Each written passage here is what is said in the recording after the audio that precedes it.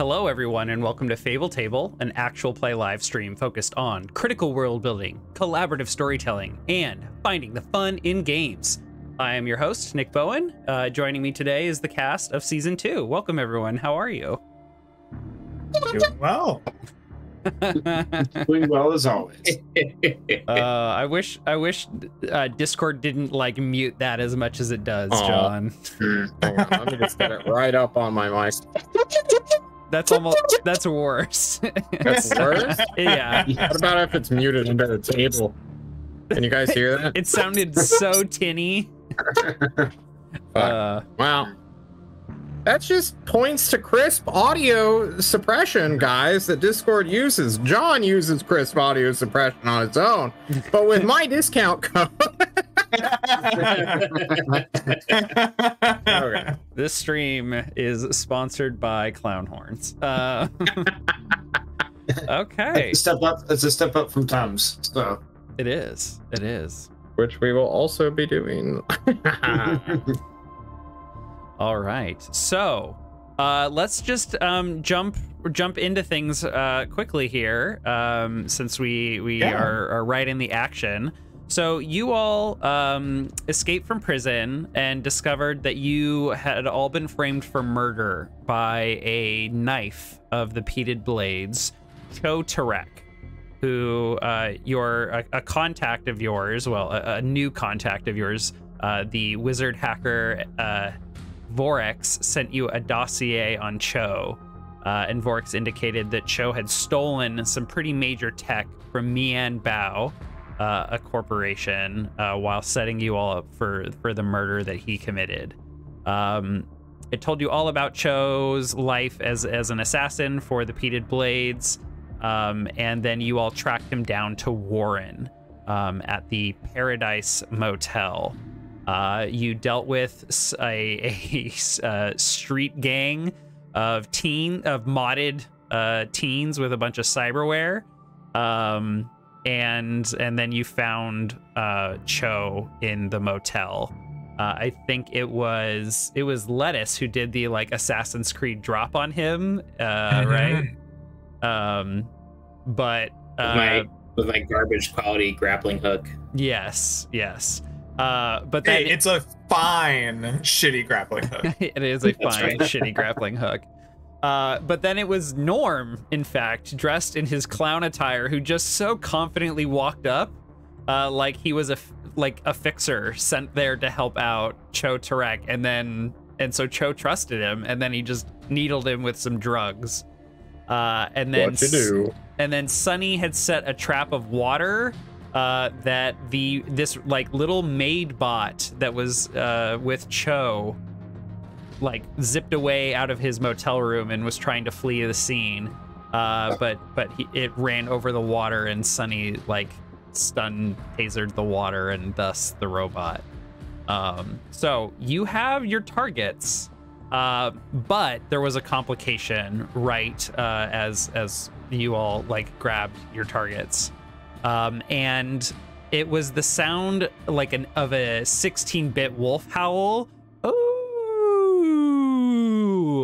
As a ship was descending from like the upper atmosphere down towards the city, and kind of like pulling up and hovering right above you all is this ship called the Last of Her Pack, and it is a notorious ship that you might be aware of as criminals, because it is the ship of the award-winning world's famous bounty hunter Morik. Let's see, what would you know about Morik here? Let me pull up the faction She's sheet. swept the Hunties the last 4 years. What? The award. The award show for like a bounty hunter the Grammys. Hunties. Yes, the Hunties. yeah, that's like common knowledge, Nick. Come on. Come on. Okay, yes, you're right. Even I knew about You, it. Nick.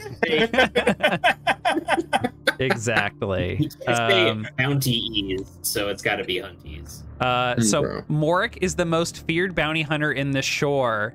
His quote VI partner R-0N, or Ron as people refer to him, helms their ship. which is in fact salvaged Genesis tech, a salvaged Genesis tech ship. It's been said that Morik wears really strange armor as he runs his operations and hunts his targets. You would know that he is ruthless, vigilant, and commanding. And he is on retainer. Morik uses he/hims. Yes. I had that, but not that. No worries. Okay, changing my notes. Yes, Morik is on retainer with many corporations. And so the ship is has just kind of pulled up and hovered, and you see that there is like an opening in the bottom of the ship that is like, there's like, you know, like a little kind of like a door opens in the bottom of the ship.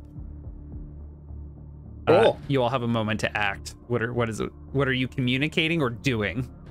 We casually walk to our vehicles with our bounties, right?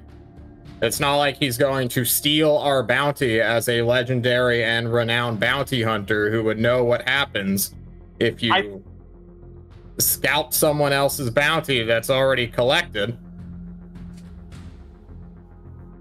I think if Norm starts walking calmly towards the ships with the bounties, I will post up in. So the door to Cho Tyrek's room is open, right? I'm gonna wade through the like Red Bulls and, you know, techno garbage and find a window that looks out to where the digital Howl, the last of her pack, came from. Yes. And what I'm going to do is check my last 2 boxes of load. And I came in here with Vera, my fine sniper rifle. Ooh. And I'm going to shout out the window, "Yo, you're gonna let us walk free with our bounties, or I'm gonna unleash my psychic gun technique, and we're gonna get out of here ourselves." Yeah. Okay. You hear a robotic voice come over a sound, like a speaker system around the ship. And it is the voice of Ron, the VI partner of Morik. You all will lay down your weapons and surrender. And you got that wrong. I'm the one in charge here. Got that crazy psychic shit, man. Don't test me. Sounds like a command to me. Okay. I don't think that's gonna work here. Why not? Wow. Morik then? Okay. Well, Morik hasn't come onto the scene yet. I guess I'm telling them what I will do to them, and then we'll see how it plays out, right? Okay. Yes. While he's doing that, if I may, yes, I have taken the cleaning robot. How big is this cleaning robot, by the way? Like BB-8 sized. Oh, fantastic. I'm loading that onto our ground vehicle. So we decided, team, what our ground vehicles look like. Yeah. Now would be a good time for us to decide that. We had called them bikes when we were talking about stealing them. So I'm assuming they're like some combination of like motorcycle and like Star Wars speeder from like the Ewok planet. Yeah. All right, then I'm loading the little cleaning robot onto my speeder bike, and I'm getting all 4 of them started up in the back, waiting for the team to make their egress to the backside where we had said that's where we're leaving. We're all prepped and ready. Yeah. Okay. We load up casually. Okay. So floating down from the open door, with like kind of like rocket boots. They are leather, kind of like just very fine pointed, very fine leather boots that just have these little tiny rockets that pop out on each side, is a man with a fedora, sunglasses, and a long jacket. Let me pull up my image here for Morik, which I will move a little bit closer for the stream, and then I will let the stream see what we're talking about here. Oh, right. That's got a lot of buttons. The buttons aren't working. That's why. Oh, that's wrong. Nope, that's wrong. Come on, Roll20, work with me here. Here we go. Is he holding an Xbox in his hands? No. I don't know exactly what this AI generated image is holding. It's either a cigarette lighter, a grenade, a clip to a weapon, or a phone. I don't know. A lot of the images I generated just were bad. I like to think that this is a selfie he took, that he's taking a like a picture of him. This man's got a gap between his lips. Yep, little bit. It looks like he's holding up like a can, like a pop top can that holds like dog food, but it has like a grenade cap at the top. Yes. Don't mess with me, or I'll pull the pin. I'll throw Okay. these dog food at you. Yes. So Morik has at his side, you can see he's got like a hand cannon gun at his side, as well as like a kind of collapsible assault rifle. The way in like Mass Effect, the weapons can kind of like collapse and then expand out. Very cool. Yeah. Love it. He's got one of those like under his jacket. And then the other thing that those of you close enough can see, and Dax, you can see through like your scope of Vera, assuming it has a scope, is he has these like little implants all over his body that like are also kind of plugged into his shirt, and they just look like camera lenses, and they're like all over his chest. Brilliant. Yes. I keep him scoped in so that I have a chance to act should anything go awry. Fantastic. All right. Why are our oh, I see what has happened. My overlay is super borked right now. 1 second. I need to fix. I will work on fixing that as I continue to describe. So Morik comes down and he says, "Well, now I see what you're going for here, my friends. You think because you've caught the bounty that you're scot-free. And That's that how I it would works. loan you a professional courtesy. But you see, there's a bounty out for all of you. So, No, there's not. did you all not just escape from prison? Nope. No. What was that? All right, have a good day. I walk up, clutching a bleeding handkerchief to my nose because I broke my nose in the last episode, and just implore, can you just show us some professional courtesy and fuck off? But except, hang on a second. Can you show us some professional courtesy and just fuck off? Well, Thank you. I'm here on a job, and that's not the way this works. The lion does not barter with the sheep. And he's like You a lion or a doing the fucking wolf? gunslinger Get your thing animals over his straight. pistol, where he's like getting ready, like I As soon as he revealed the puts bomb his- strapped to my chest, Nick. what? Yes. Can you I repeat? throw open my clown outfit attire.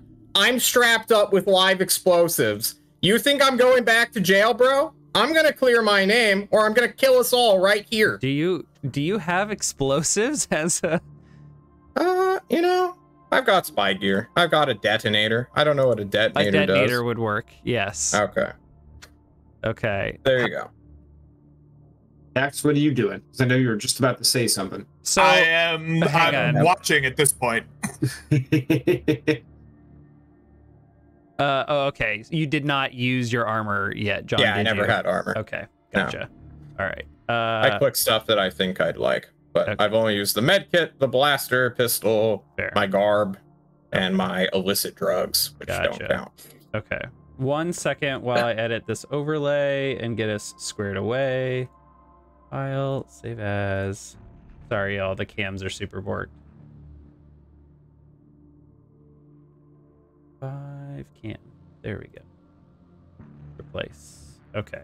And then it should automatically fix. Perfect. Thank you for your patience, everyone. Okay, so yes, he is just not hearing you all out, and he is like, he's basically making a threat, and he's ordering you all to stand down. Does he not care for his life in any meaningful fashion? Yes. So in response to the bomb, I'm gonna need you. I'm gonna need you to make a check there, John. Okay. And I will label this clock, Morik. How many gambits do we have, team? We have 2. Oh, Okay. nice. You should I'll be totally using use one one. of those then.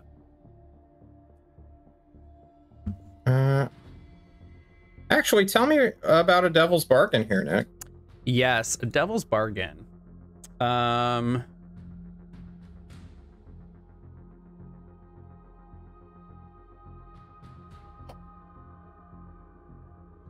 Uh,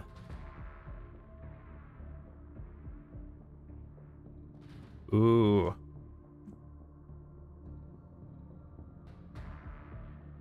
Someone else will show up. In exchange for A die. A dice. a dice. I'd rather just push myself here. Okay. I'm gonna try to sway him to be reasonable. Okay. Nick, I've got a bomb and a sniper trained on him. He's outside of his ship. And if it's Right. within the city itself, it's not a big ship. So our ship in the dock is bigger than his. Yeah. He knows this. He can walk away. We beat him to the punch. Since I'm also trying to just talk him off. What? Lettuce. wait. What have you said to Morik thus far? I might have missed it. I politely asked him to extend us professional courtesy and fuck off. But, Yeah, but pathetically through a broken nose, trying to Right. just like ask him to be nice. Could if I'm not being I involved by the assist sniper him rifle. with a warning shot? Ooh, you absolutely could. I like that. All right. Yeah, I think what I do, I try to shoot a hole like right between the top of his fedora, like not where his head is. I just want to put like a bullet hole through the fedora and be like, the next one's coming somewhere where it hurts. That actually is not going to work. As you fire. He's immune to bullets. All right, I shoot his fucking ship. Well, so okay, so I mean, you declared your intent. Yeah. So you know what? Take your stress, and John will get a Yeah, plus I'll die take from my it. It stress. just won't work the way you intended it to. As you fire a shot at the fedora, you see this like shield of hard light appear, and the like little camera that is like highest up on his chest is like emanating light a little bit. hmm And Doesn't the bullet Brett just have hits. like psychic ammunition or something? I do have mystic ammunition. Were you that- using it in that moment? No, I think this is a warning shot. Yeah. Okay. So I'm gonna make another clock, and that is Morik's shield. Okay. I'm gonna roll 46 to sway him. I'm pushing myself, and I have assistance, right? Yes. So this You do. Make a 6. that is a 6. So this is going to be risky standard. So on a 6, we will move this advanced 2 pie slices here. So Morik's like, now, we don't need to get all violent. No need to be blowing anybody up. No need to be shooting at me. I'm here to talk. If things, I will take any further. No, you're not. Go away. Told you, man. I got psychic powers. The next one's loaded up with them. Psychic powers, you say? You one of them way users? He's shouting across an entire street up to an apartment building. So Morik's voice is not only coming out of his like his body and mouth, but like his voice is being amplified by the speakers of the ship as though he has like a lapel mic on. Okay. Boss, captain, go get our captives and put them in the fucking bikes. I already got the robot in there. I guess I dragged the other guy in. As I'm doing it, I look around the ship, the last of her pack. How high off the ground is it? Oh, it's like hovering over the motel, so it's probably 30 feet in the air of this 2-story motel. Is there anything that's higher than it? Oh yeah, there's loads of buildings that are taller. I'm looking for something electronic. Ooh. I like it. Yeah, We can make that work. Do you want to give me a roll, and we, depending on the outcome, we can determine what that is? Sure. What am I rolling? Just a fortune roll? Well, so what are you trying to do with any electronics? Well, I'm looking for something physical that I can hack into, that I can ram into the engines of that ship before we make our escape. Ooh, ram into the engines. Mm-hmm. Okay.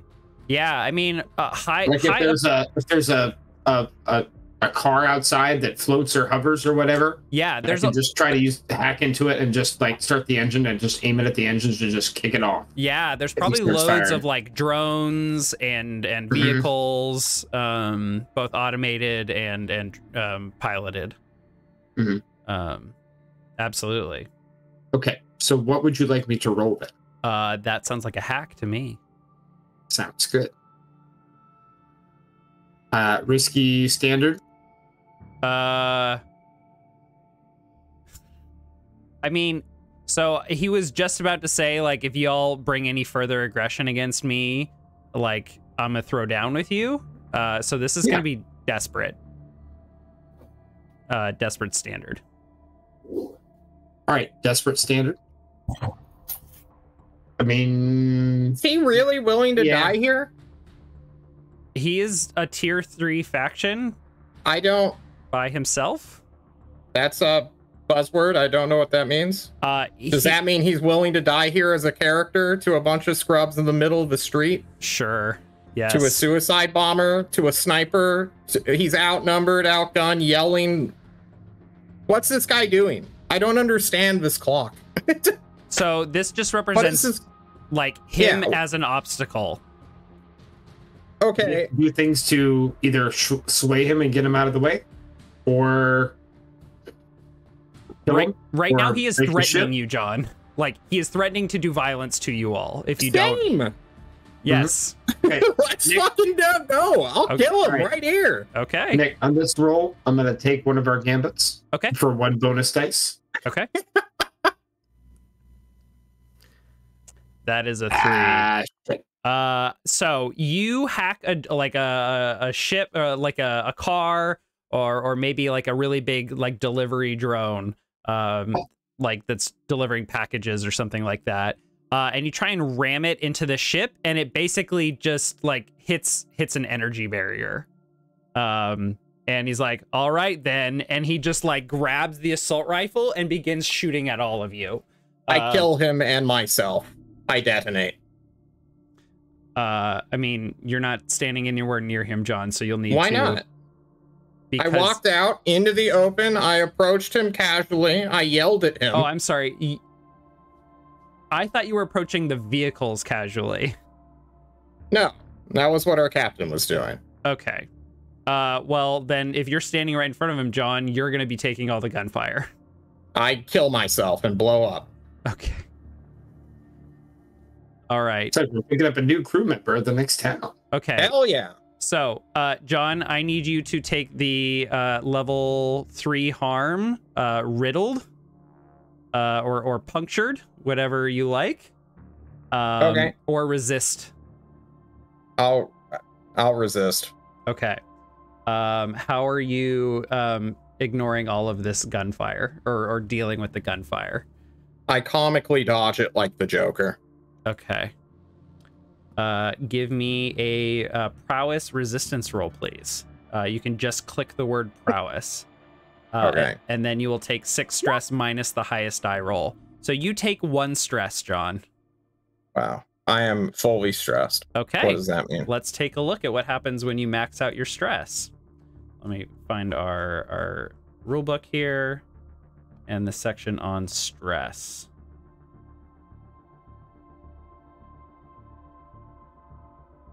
Where is that? Stress and trauma, page 12. So, when a PC marks their last stress box, they suffer a level of trauma. When you take trauma, circle one of your trauma conditions like cold, reckless, unstable, etc. They're all described on the next page. When you suffer trauma, you're taken out of action. You're left for dead or otherwise dropped out of the current conflict, only to come back later shaken and drained. When you return, you have 0 stress and your vice has been satisfied for the next downtime. Trauma conditions are permanent. Your character acquires the new personality quirk indicated by the condition and can earn XP by using it to cause trouble. When you mark your 4th trauma condition, your character cannot continue as a star-faring scoundrel. You must retire them to a different life. So it sounds like I hit my detonator and then blast off like Team Rocket. So he got to shoot you first, John, and you stressed out, so you do not have an opportunity to act here. And I think part of it might be he shoots the detonator out of your hand. And then do I just blast off into the sky? Like, I'm now fully stressed out. I have circled a trauma. Yes. I now no longer have stressed, so I can no longer play. Right. You're dropped out of the conflict for the current moment. So I think you hit the deck. Or like you need to come up with some narrative way to drop out of this conflict. But you are you no longer have the level 3 harm riddled. You can reduce that to the level 1 harm bruised. All right. You guys see me comically turn into a star into the sunset as I find out that my C4 is actually jetpacks that are just blowing me skywards. Okay. Silly clown store, man. Can't trust what you buy there. It's true. Norm just like sails off. Do you have a tagline for your Team Rocket is blasting off again? Okay. The faint clown horns are what tells me. Okay. Heralds my arrival into the skyline. Okay. So Norm takes off, and Morik like points his gun at the rest of you, and he's like, "Last chance." I want to shoot his shields down. Okay. Yeah, I load up my mystic armor, and I'm gonna try to bust down those shields. Okay. This actually was not meant to be an 8-step clock. This should be a 6-step clock. Mm-hmm. Okay. All right. All right. I would like to scrap. I think that makes the most sense with our shooty bang bangs. Okay. Yes. All right. And you have mystic ammunition. So this is like his shield is really, really high level tech. Again, like you all are a tier 0 faction and he's tier 3. So the gear he has access to is just way, way better. And this shield normally would like block a lot of like mundane weapons at your crew's like quality, but you have your fine sniper rifle, right? I do. Fine sniper rifle and mystic ammunition. So this I think is going to be like desperate great. Okay. Excellent. Brian, go ahead and mark XP for your desperate hack. That should be in I think the insight. Insight, yep. Yeah. I want to read my unstoppable really quick. Sure.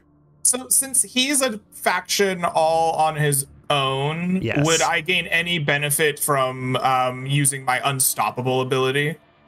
You can put he's not really like a gang of people, which I think is what this is supposed to represent, but I don't know. No, he is not a small gang. Right. He's just a faction. But if you want to do some like absolutely insane sniping stuff, that would be that could be considered superhuman. If you have any ideas, I'm all for it, and I can reward that. I'm not sure. I don't think so. I don't know enough about sniping to have a superhuman strength moment.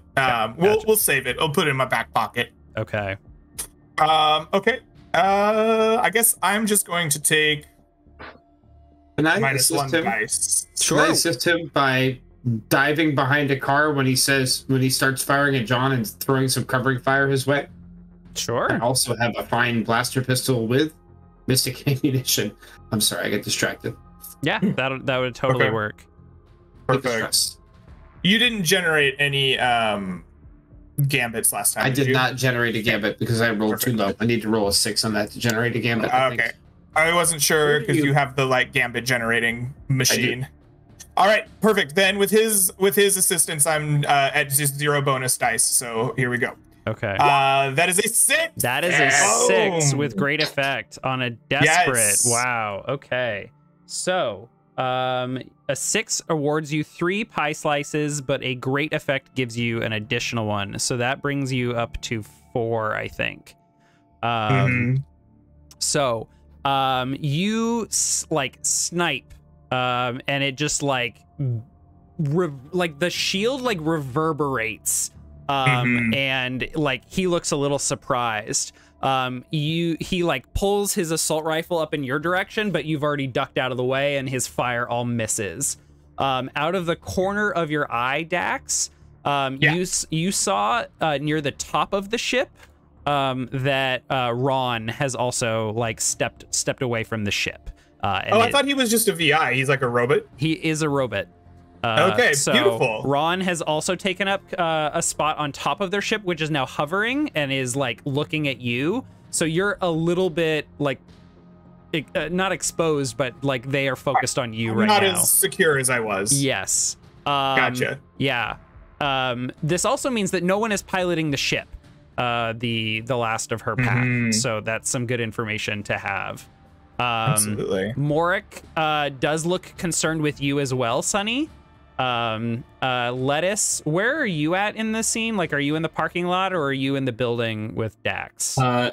As soon as the gunfire started, I started making my way up a different nearby roof to get at this ship that is currently unmanned. Okay. Okay, so how are you getting to the ship? So, I'm climbing up to the roof of the building, or to the equivalent story of the building next to it. Okay. And I'm gonna make a jump for it. Okay. Let's have a scramble check to like as you're sprinting up stairwells, breaking in onto the roof and like looking at this big jump and then going for it. This is 3 stories up or so. So okay, I think I am also rigging a nice little swing Indiana Jones situation with some scrap and whatnot that I find up there, since I'm good at acquiring assets from scrap. Okay, and you're using your fine shitty grappling hook. Yeah. Okay. All right. That too. I think that. Thank you for reminding me. Yeah, I think this is going to be a desperate roll as well. Desperate great, Okay, since you have desperate scramble. Desperate great scramble. Which means you get to mark XP for prowess. And Greg, you should have also marked XP for your. I did. Yeah. Perfect. I did. No bonus dice, right? Not unless you're pushing yourself or accepting a devil's bargain or using a gambit. Do you all have any gambits left? We have 1. Okay. I didn't take it because I know that if Shadow uses it, he has a chance to generate more. I'm pushing myself. Okay. So I'll take 1 additional dice. Perfect. Die. Boom. That is a 4. So you swing and make it onto the top of the ship. And the complication is that Ron notices you and turns with his sniper rifle. He goes, "You there, get off this ship."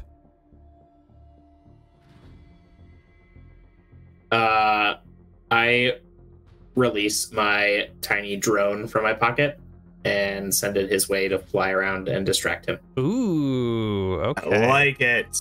The All right. equivalent of a robot mosquito in his ear.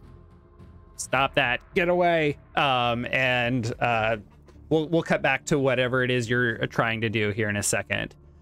So Morik is taken aback. He like is pointing the gun up, firing at Dax's position. He like turns and lays some covering fire over at you, Sunny. But you're behind the car as well. And he's like, shit. And he like taps on his chest twice. And you see a little device pop out Iron Man style. Brian, Sunny sees this. It is one of those soul cores. but a very like tiny person-sized version.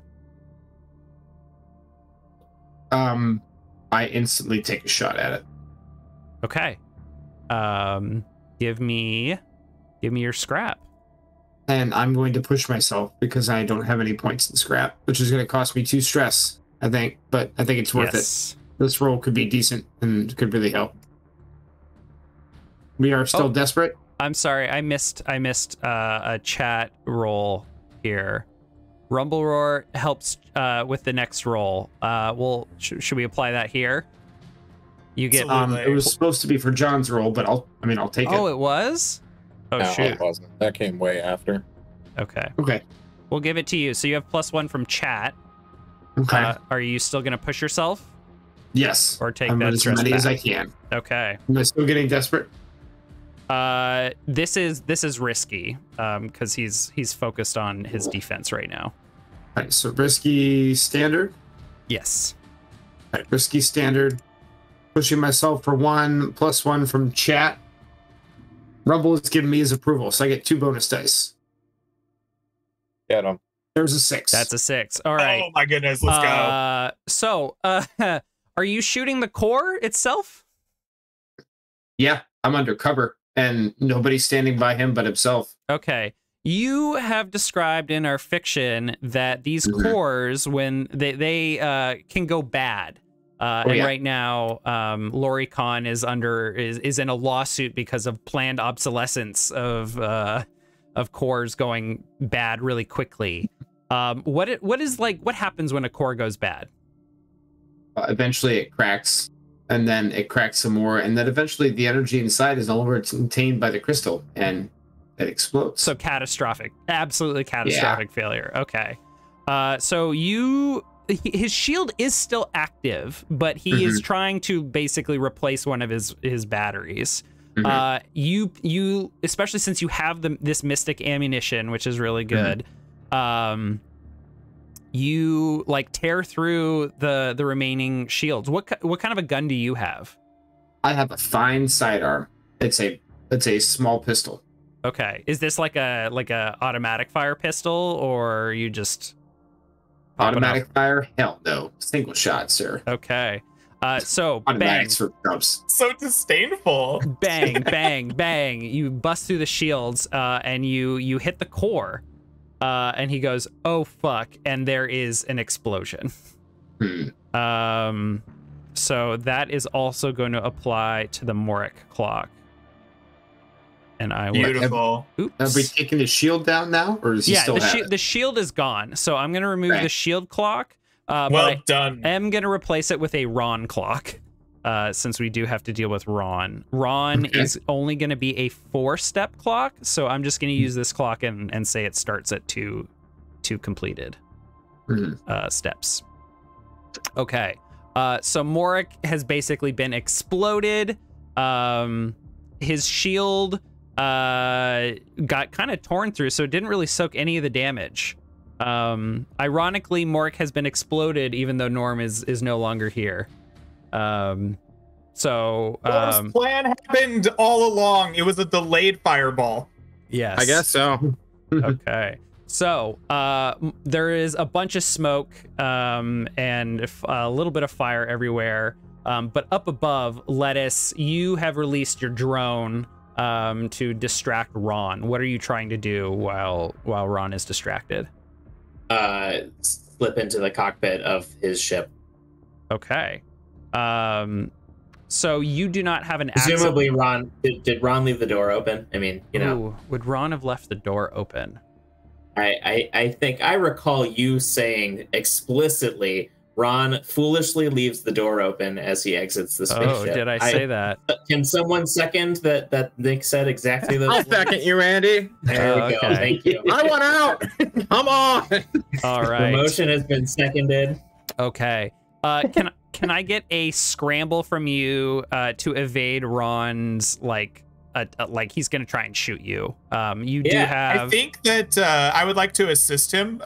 There's an explosion down below. Ron has turned around, so I can pop back up and go pop with the sniper rifle in his back to try to like give the space for what's his name? Lettuce to rush past. Sure. Yeah, absolutely. Absolutely. Are we both just on top of this craft right now? Is that I'm not on top of No. the craft. I'm in the No, sorry, motel sorry. window with a sniper. you're in the window, but Ron and I are just on top, right? Yes.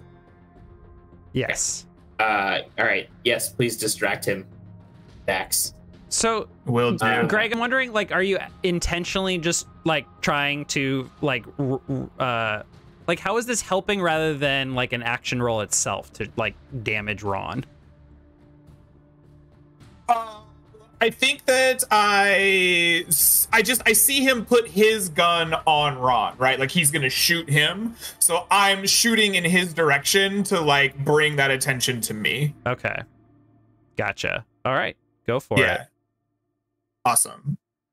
So is this desperate or risky? This will be risky standard. Risky. Or risky great because you're also using your drone. Great. Using that drone and then one bonus boy. You one bonus boy. Boom. That is a 2. So a couple things happen. I think Ron like expertly reaches out and just crushes your drone. So you no longer have a drone. Go ahead and like make a note that that's like destroyed, and you'll need to replace it. And then he like does a robotic somersault, like very perfect gymnastics. And he like evades all of Dax's fire. And he like grabs you as you're like about to jump down the hatch. And he swivels around so that like he's putting you, Lettuce, between himself and Dax. You're now in a desperate position. And grappled. Can I how well designed is Ron? Can I like just mechanic into his system and like deactivate some of his like arm dynamos or anything like that? Yeah, you can try and do that. Do you have like a data pad handy to do that? Yeah, and I have a fine repair tools. Repair tools? Repair tools are for repairing things. Do you have a hacking tool? I could have a hacking tool, sure. How much load do you have left? He's got 1. Well, the drone does not count as load. And I gave the bottle of hooch away, so I don't have that anymore. Okay, but it is considered used. Like it was brought with you. Yeah, you've got room for a fine hacking rig. I got my fine hacking rig right here. So can I not use repair tools to open up the casing of a shitty robot? Okay, to so cause damage. Not really shooting at you. He is holding like your back is to him, and he has you held. Oh, literally. Okay. He has grappled you, and he's like hostage-ing you between himself and Dax, who is just firing up here, like right where you were just standing. So I mean, you could like try and reach into your pocket and like try and hack him really quick. To me, that sounds like either a hack or like a skulk to try and do it without him noticing if you don't want him to be aware of what you're trying to do. I think I actually want to skulk to sneakily shift my weight to be ready to just like knock him off the edge of this ship. Ooh, okay.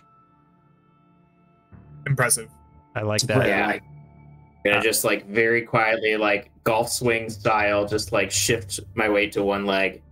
Be ready to move around in a way that this robot could not possibly be anticipating. Okay, give me a desperate standard skulk and mark XP and prowess. Desperate standard skulk. Fuck. Oh boy. Rolling all the 2s. I think my character's about to die as well. Don, I'm gonna come join you. Space, bro. I'm already on the ship. We're crashing it right now. So Lettuce, you've got this bleeding nose. Your muscles haven't been working the way they're supposed to because you're shocked. You were supposed to be taking minus dice on a lot of these physical rolls for that anyway. What? Yeah, so when you have a level 2 harm, you're supposed to take minus a die on rolls like related to that injury. Wow. Good thing I've rolled nothing but 2s. So yeah, Ron is a synthetic being, and he doesn't care, and he is also a bounty hunter. So as you try and shift your weight around, he's like, "Oh my god!" and he just breaks your leg. He just stomps on your leg, kicks it sideways, and you have a broken leg.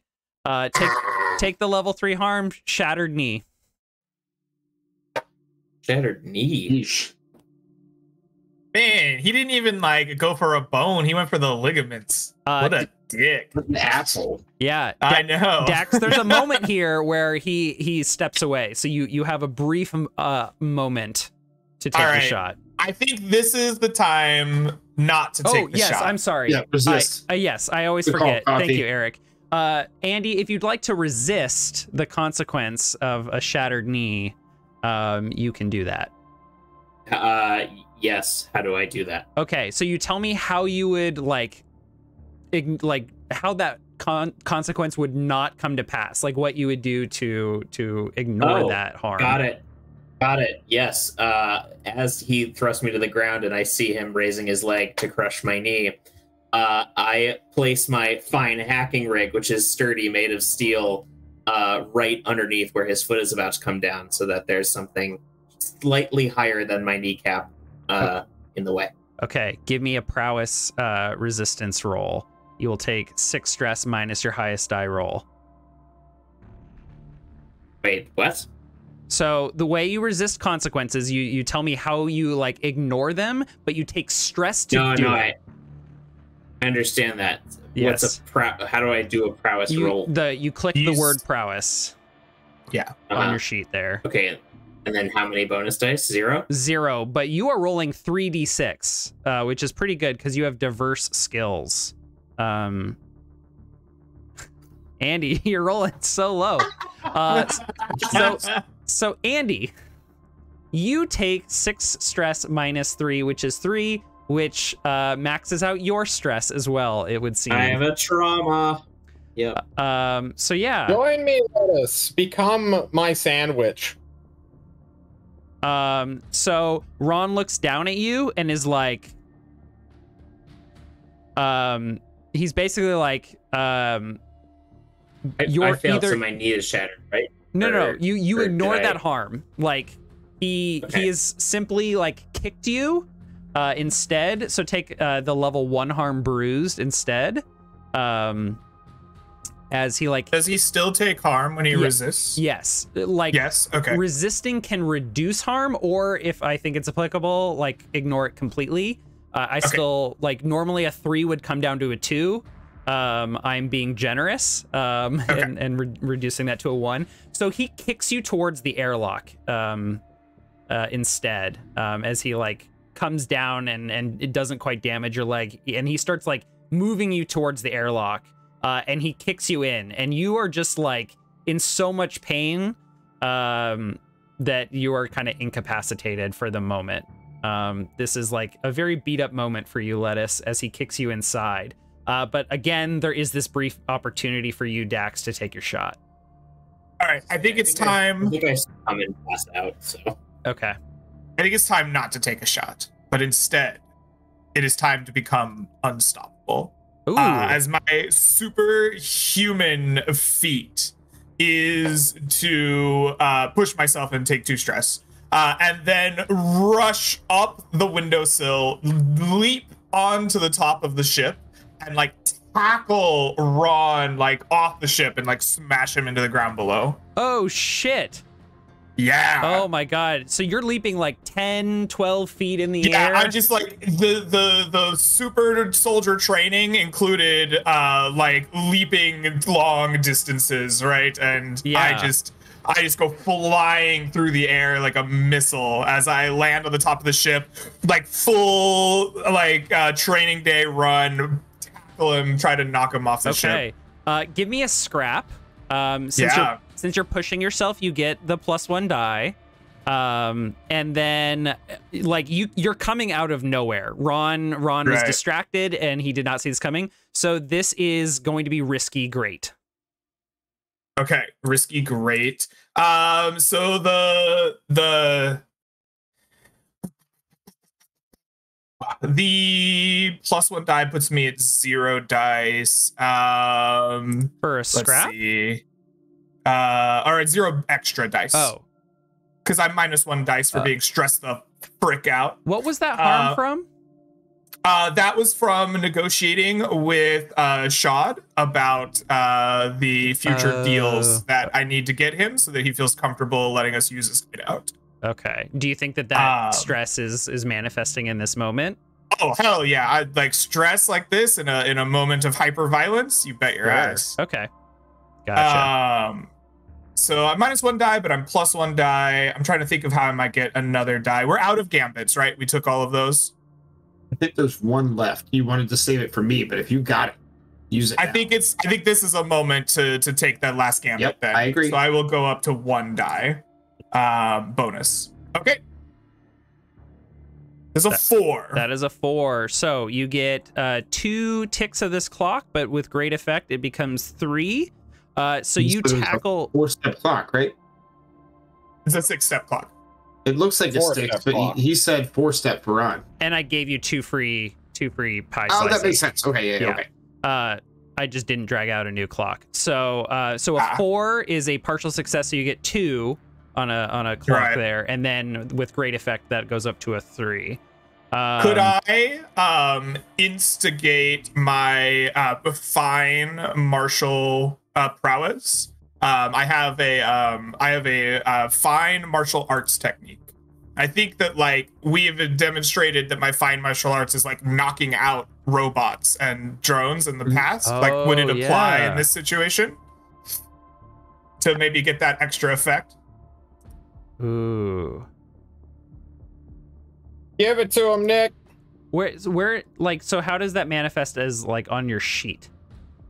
Fine martial arts style, right above Mystic Ammunition.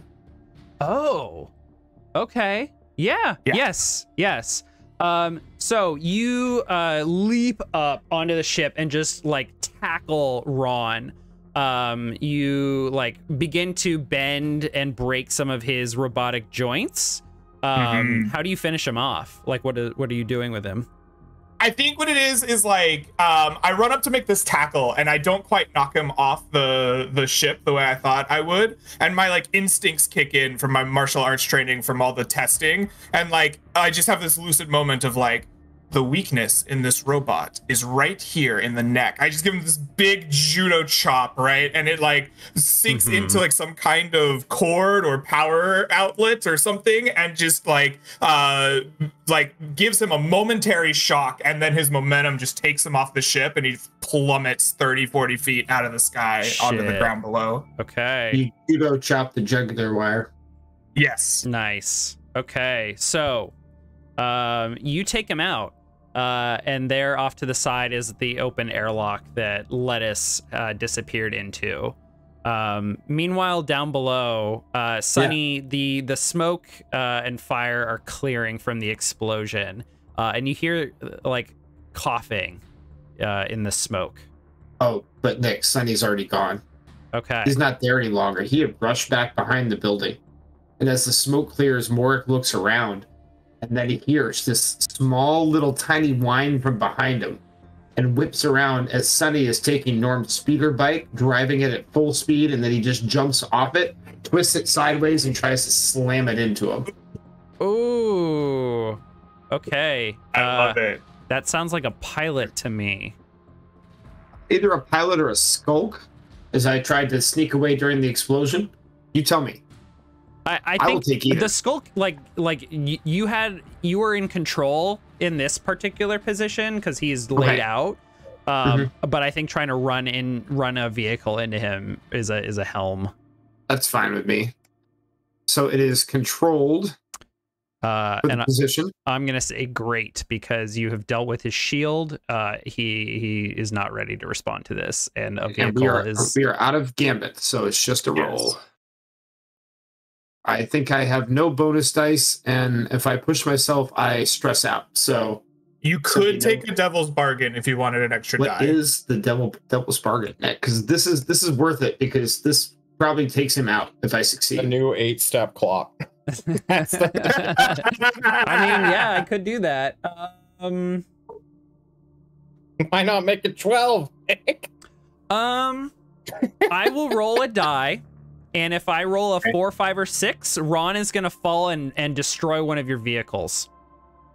So I'm offering you get the die, and I get a 50-50 chance to destroy a motorbike. Fucking take it.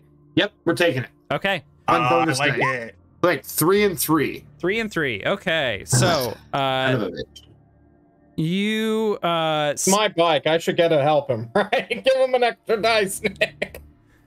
He honks the clown horn. Oh yeah, just me hitting the clown horn on the side of the handle of the bike. It's a flamethrower. Okay. All right. Well, so no.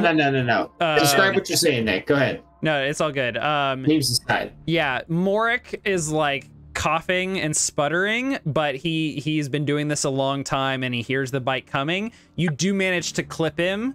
He doesn't take full force, but he just goes tumbling on the ground. So he's still like laid out position again. So I roll my 1d6 on a 4, 5, or 6. I get to destroy one of your bikes. That is a 1. So it's in this moment that Ron falls down from the ship above as Dax lays him out. And Ron sees Cho laying there. Ron is super busted, and he goes, "Morik, initiating protocol 52." And Ron taps his chest twice, and then grabs his chest and twists it. And you see a yellow glow of a soul gem, or what are they called? Soul core? Soul crystal. Yeah. Soul crystal. And then what color do they turn when they go corrupted? I think they go orange and then red, and then boom. Yeah. Through these little vents you can see, they that light is manifesting first, yellow, then orange, and becoming red. As he prepares to detonate. And fortunately, he is not next to your bikes, but he is pretty close to you, so you're going to need to back off. Is the speeder bike that I slammed at Morik still nearby? Because if it is, I'm jumping on it and hauling ass out of there and yelling, "Dax, let us take cover!" Morik has disappeared, but you can get away safely. All right, if he's gone and Ron's detonating, then our job's done. I'm gonna go back to my bike and make sure Cho's secure, and hopefully Lettuce and Dax can get out. Yeah. So I have a question on us getting out. Yes. As this is happening, there's like a slide cut over here, and yes, Lettuce is not traumatized, right? He's just got the needs help harm, or what's happened to him? Is he out of the encounter entirely? Lettuce did suffer a trauma. To ignore so he's out of the encounter. Yeah, I mean, but fictionally he's still here though. That could be breaking down, he's crying. It could be he's just disassociated. I don't know. What do you think, Andy? Right. But he's out of the encounter. We can't use this character. So yeah. I there's a moment where I'm trying to break him out of whatever shock or passing out that he's done. Like, Andy? I initially said that I hit the floor of their ship and just passed out. But I assume I'm just consumed with an obsessive rage against this robot, because in my attempts to deal with him, I just flopped, lost my drone, got my knee fucking almost destroyed. So I clicked obsessed as the trauma. I don't know if that's the right one, but we can take a look at those later and change them if you feel like it's not appropriate, but that's totally fine. So just overcome with rage. All right. I think literally just vibrating with rage. Yeah. So as he vibrates with rage, Dax tries to get his attention to fly the ship away. because it's ours now. We're in the cockpit. Morik isn't here. You're wrong. Morik is here. Did he fucking teleport, Nick? I shoot him. So no, I can't shoot him. I attack him. I beat his ass. So he's holding a pistol, his very nice pistol, not his assault rifle. He dropped that. That's down below on the ground. But like the camera like pulls up as you're like walking Lettuce forward, and there's just a gun right in front of you, and he's like, "Now listen here. You're gonna get off my ship, and I'm gonna go. I think we can both go lick our wounds elsewhere. Capiche?" Tell him, Craig. Snap his neck. And he like does the thing where he's like he waves the gun in the direction like go to drop down that airlock over there. I consider beating ass for a moment, but I just kind of nod, and I say, "It's a fair offer." Oh, whoa! It's a fair offer, man. Let me get my friend out of here. I suppose we'll be seeing each other again. I'll be a little more prepared next time, man. Perhaps. We and hey, wait, where's my voice? Before you go, what's your crew called? I don't recognize y'all. They call us Retribution. We're coming for those corpos. Very well. Well, good luck with that. And despite how this all went down, respect. You all are scrappy. I'll give you that. I appreciate it. Now get the fuck give off him my ship. like a weird like corpo salute that like was half trained into me. Like it's like awkward and a little weird, and I take Lettuce and get off the hail screw. He's like holding onto his body with one hand and just like shakily holding up his gun with the other hand, and he like tips his fedora and he's like, now get the fuck off my ship. Yeah, I think we get off the ship. Okay. Yeah. And he drops down right as Ron explodes. Oh no, that just took place. That's already happened. Dax and Lettuce drop down into more smoke and flames. And in the distance you all hear the sound of sirens. So you can load up. And I pull up. I've got Joe across the front end of my bike, like on his stomach, head on one side, legs on the other side, robot in the back. I'm like, bikes are riding. Go, hurry, guys, let's go. All right, yeah. I guess Lettuce is capable of riding his bike out of here, or no? Like, do I have to like strap him to mine similar to Cho's? So you all stole these from a tier 4 faction. They probably have like either a VI that can drive them, or they can combine. Oh, that's cool as hell. Or they can combine like Voltron style. I don't care. Oh shit, can we have Voltron bikes? It seems cool as hell. I don't want to drive. You drive. Just slam it. Yeah, so we combine our bikes into bionicles. You all bionicle. You all like drive in different like directions. You all like get driving towards each other and do your little taglines like combine, and then your bikes just slam into each other. Yeah. Get out of here on our like a Voltron bike vehicle. Oh my god, yes. I love it. Crunch indeed, rumble roar. Okay, so you all escape as the wee woo wee woo wee woo. Nice. And off in the distance, and perhaps an upper level, where it's a little bit more middle class or upper class, and that's the kind of way it works here on the moon of Warren. Is like the higher you go in the high rises, like the more wealthy and affluent it is. Think season 1 of Altered Carbon, if any of you have watched that. Norm, where do you land and what are you doing? Yeah. I don't know. Okay.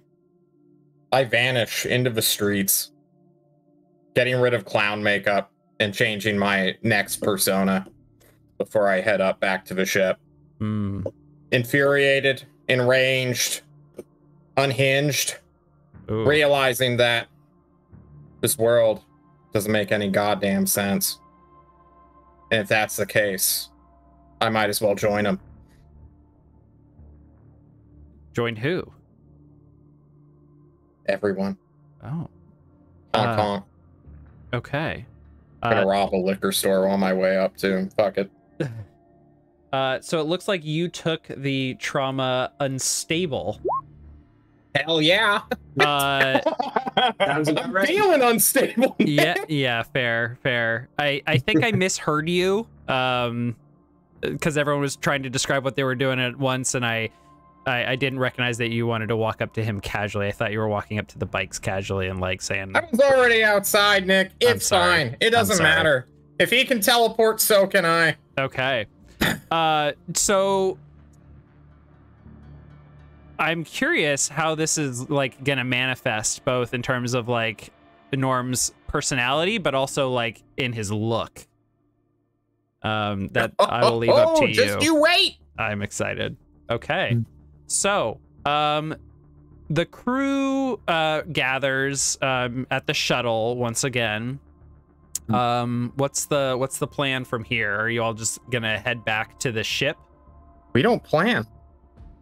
Yeah, I think we are heading back to the ship, Okay. and we are getting like off planet, right? Okay. Like I think we need to get away from where the bounties might find us easily, Mhm. right? I think that the likelihood of being like attacked while in transit is probably less likely than being attacked like sitting in Warren, right, for the bounties. Because Right. if one bounty hunter is going to show up that's like a legend, I'm sure others are hot on the trail. Yes. So Exactly. if the rest of you are down, I say we take him to the Peated Blades.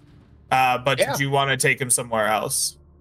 I think we should take him to the Peated Blades, but while we're doing it, we should check this cleaning robot to see Yeah. if Oh. he hid the Yes. tech in there. I 'Cause would. that's the whole reason I took it. I would like to instigate a flashback for Dax. As you were in the room, you described looking around and searching through all the trash and rubble. Yeah. Can you give me a study fortune roll, please? Oh, absolutely. So I have 0 in study, so I'll roll fortune with no dice. Okay. That's a 3. That's a 3. Okay. I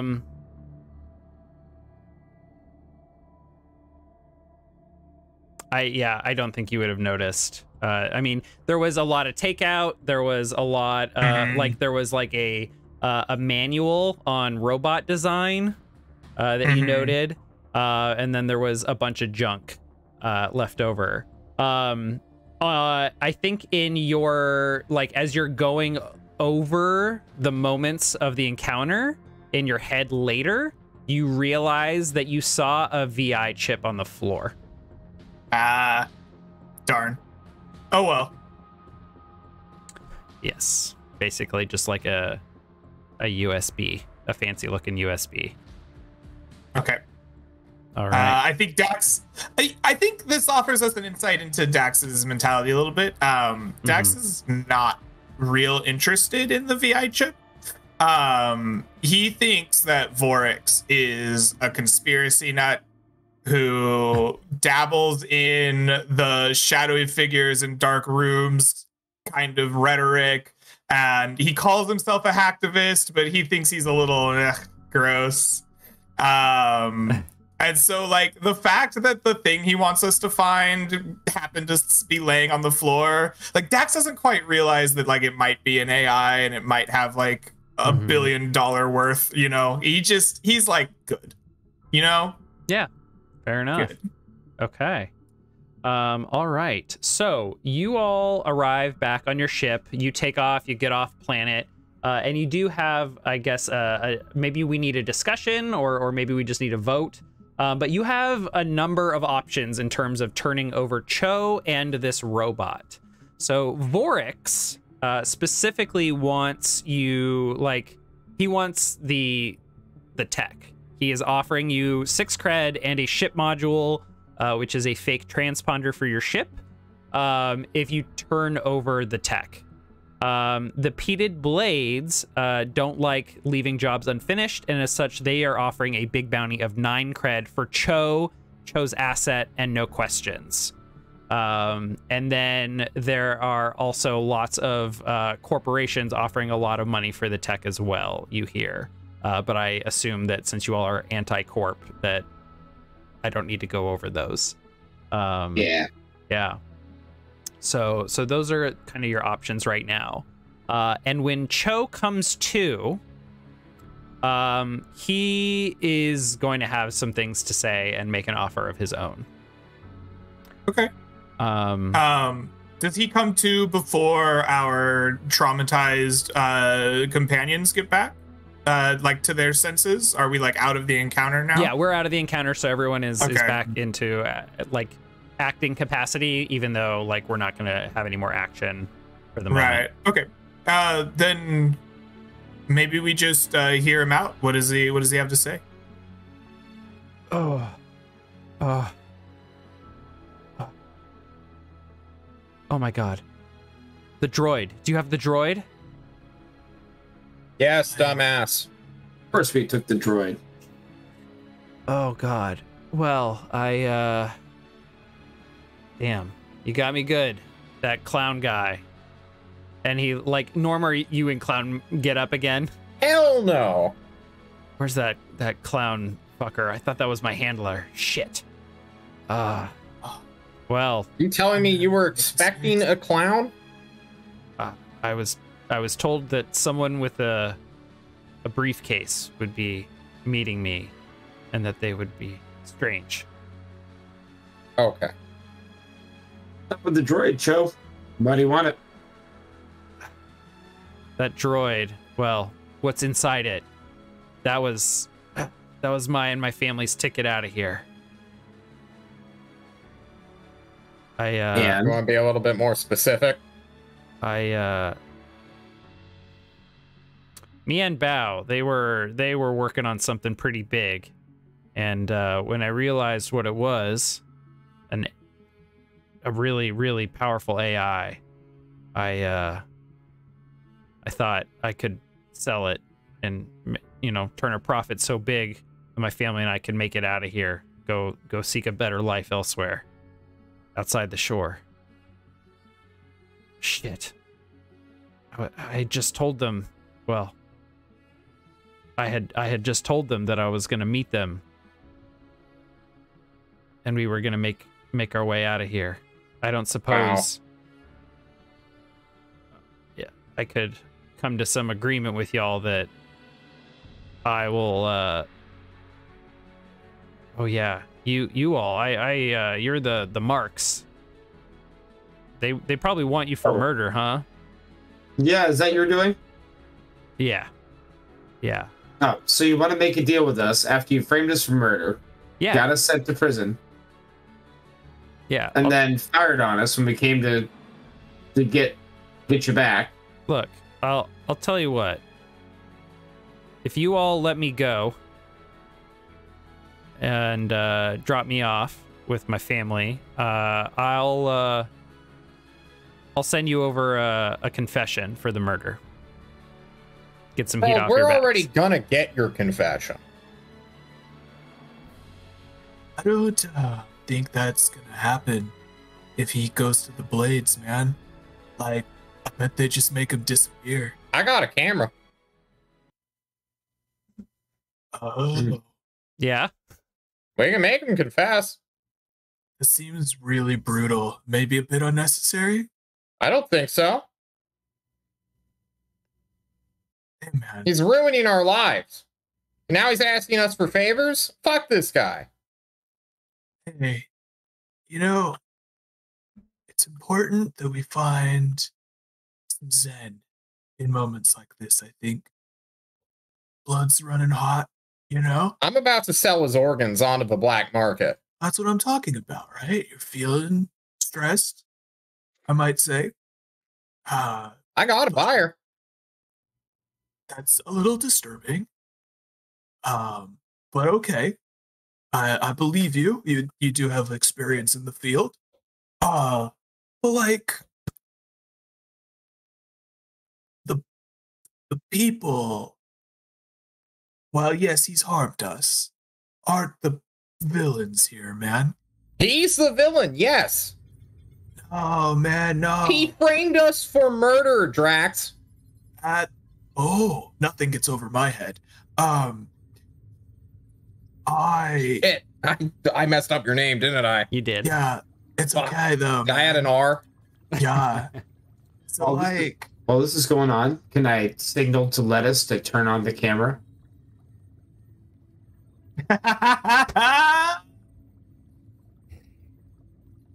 Click. Go ahead, Greg. like the villains aren't him, man. He did this at the behest of like a corporate machine, man. We had to break the machine, and He just told us he was going to rip off the guys, and he framed us for doing it. I was hired by a corporation to do the job. To frame us for murder? No, Yeah. that was, I just Okay. was lucky you all were there and I could easily frame you all. You all were not paying attention when I stole all your shit. Which corporation hired you? I'll put it in my confession upon delivery to my family. Hey, man, look, I think old you're not in your clown makeup, and I think Dax realizes he doesn't know who you are. And You know. he goes- He's like, who the fuck am I He talking goes- to? he's like, I don't wear the clown makeup on the ship ever. yeah, but Dax might just be high. Oh, never, just never ever. Never ever. Okay. Oh, It is Norm purely here, a like- mask on jobs. Okay. All right. Okay. He's like, Norm here. I don't think he's gonna let you go, man. But I'm a forgiving Dax, and What's a Dax? if you give us, I'm Dax, man. Oh, I see. Yeah, like you're Cho. I'm Dax. He like gives the rest of the crew like looks. Anyway, Can I deal Like- with any of you? man, no. Look. I like grab his face. Like, look at my shades. Like, you need your family to be safe, and he needs you to be not so safe. What if I promised that the money we get from the blades, at least my portion, will go to your family, make sure they have a better life in exchange for that confession? I am absolutely willing to do that. Yes. All right, man. See? We're people here. We can help each other. Yes. Absolutely. I have a husband and a daughter. We're just I'll make sure he's taken care of. Oh, and she. And them. That's words that I can use. thank you. Yeah. Well, so what'll it be? Harvest my organs or pay me and my family to leave and clear your names? We'll pay your family. Yeah, that's what I was saying. I think Yeah. Nick might have misunderstood. I think so. We're turning him into the blades. We're turning him into the blades in my proposal, and his family gets my portion at least of the money. I will not confess if you're handing me over. Oh, well, We'll just get them to make Man. you confess then, Chief. This is a non-problem for us. You get to expedite this process on your own volition. Um, When you commit the crime, you commit the crime, man. We all know that you did it. Might as You well want come clean. anything for your daughter and your husband? Or do you want them to be in body bags like you will be? give me a sway. I would love to give you a sway if I wasn't on the ship page. And take +1. All right, I'm just gonna roll 3d6. Thank my 6. Mhm.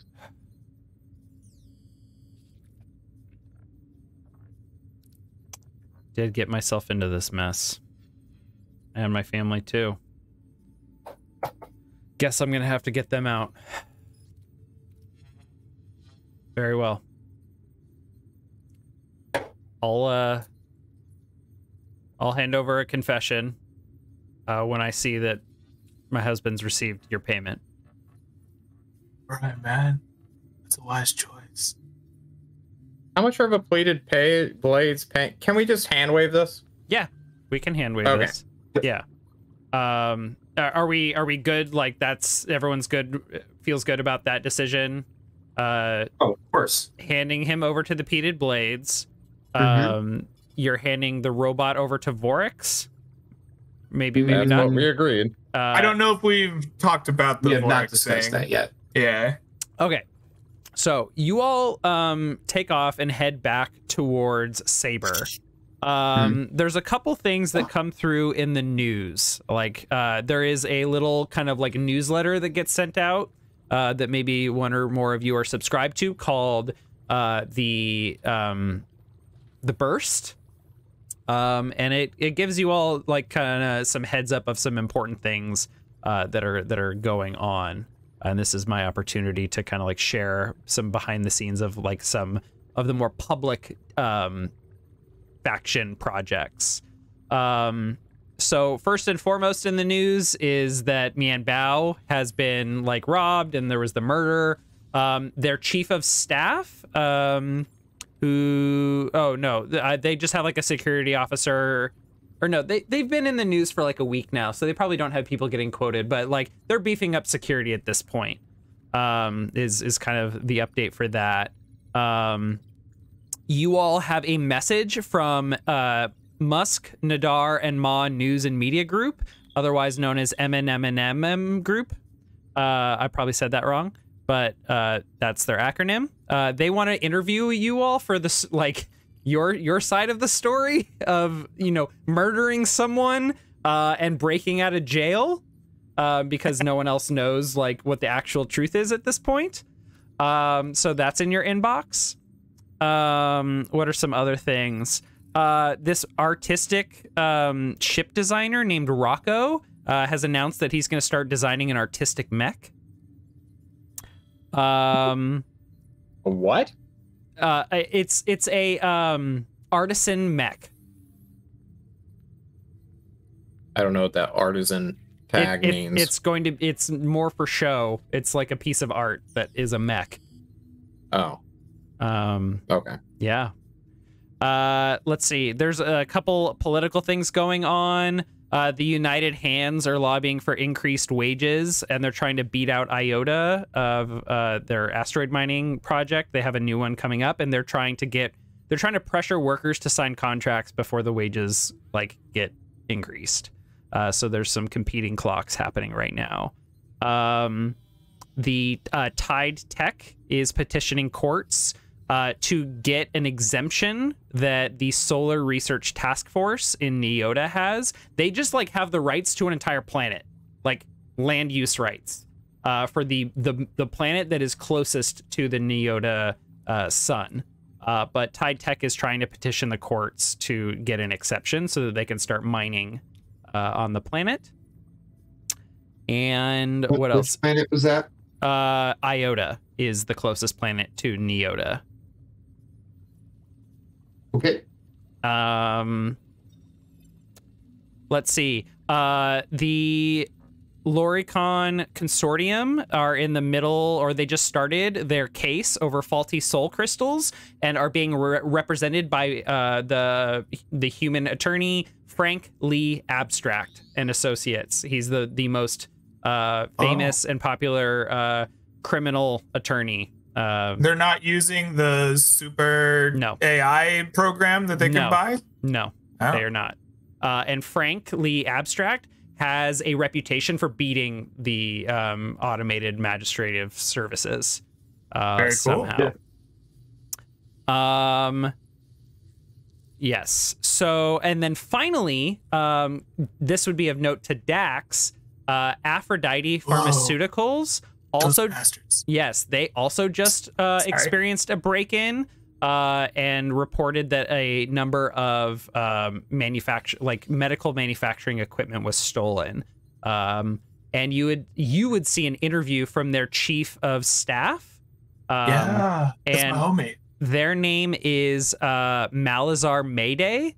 and you recognize them because they were in charge of the project of experimenting. Oh, that's right. Like your I don't know what you call the project, but yeah, this isn't Yazoo, my deadly friend, right? This No. is a different. yeah, Okay. this is the guy that was like in charge, like the administrator in charge of that secret black project. His name is Malazar Mayday. Malazar Mayday. What a great name. Yes. Let's see if there was anything else I missed. Oh, and then the Kalut Academy, basically the only university in the area, they're preparing for an alien faculty member from the Galactic Core to come and visit and guest lecture. Wow. Yeah. Okay. So the final bit of news that you might find interesting is as you arrive, the military presence of Space Force is still around the planet. The typical police force is also still struggling to keep an eye on things. But also you would have seen that another faction has arrived, and that is the Silver Kites, a small group of bored, weird, wealthy bunch who believe themselves an aristocratic HOA for the wealthy in the system. They have a small fleet of orbital and space fighters, and some of them a few combat-fitted mechs called Pelicans. They've been in the news for engaging pirates in the area in combat for hobby vigilantism. They are here on Saber. They have heard about a lot of the crime that's been going on, and they decided, like, yes, we're going to fly over there and do battle with the common criminal. Haha. So there's a little bit of extra heat in the area, but no one is looking for you all right now because they don't know the name of your ship. Oh, beautiful. Okay. So you hand over Cho Tarek to the Peated Blades. Yep. It's a somber meeting with some pretty intense emotions on the Peated Blades side. And they thank you for your patronage or for your assistance in the apprehension. But they're also demanding the robot for payment. I think that I want to provide my story of a VI chip left in the building. Like I looked for it and didn't realize I had seen it until after I had left. And I want to say we want to keep this robot because it's just a made robot. We think we can put it on our ship and have it help us, keep ourselves clean. But sadly, I think the tech that he stole is gone. How do they even know about the robot? They don't know about the robot. They want the I'm sorry. They want the tech. Mm-hmm. That I should have been more specific. Thank you, John, for the clarification. I think that we don't have tech. We have a robot, and we're about to peddle this thing off to some other guy, and I don't know when that transpires because I don't know how the fuck he's giving us money and a fake transponder, which is a physical item. Mm-hmm. Because I thought we'd need to do that first just to dock, because we are wanted in this system. This is true. Like, Saber's not the best place for us to and we sort of just jumped the gun, like, after the news cycle when we said we needed to talk about the robot. Okay. Agreed. So we need to retcon all of this and go back to that now. Okay. I think that's fair. Okay. What are we doing with the robot? Do we even know what it is, or do we even care? At this point, I think Sunny is still taken whatever the robot is, deactivated it, and hooked it up to the computer system. And we're gonna actually maybe we don't hook it up to the computer system. I would prefer, as a player, to keep it out of Vorix's hands. I don't really care where it goes as long as it's not to Vorix. I want to give it to Vorix. I want the fake transponder so we can go and land places. And if I have to give a medical maid bot to make that happen, I will get every single maid bot we run into. I'm pretty sure that the medical maid bot has a very advanced AI in it, and I don't want Vorix to have it. To be clear, is that something? It is that is what Greg wants, right? That's what Greg wants. And Dax also thinks that Vorix is a conspiracy theorist nut and doesn't like him. The robot is a maid, like it's just a maid for the motel maid. It is not medical. If I might have misspoke. I think we You meant said cleaning mechanical. robot, yeah. Oh, okay. I think we misspoke. But Lettuce, what do you want to do with this thing?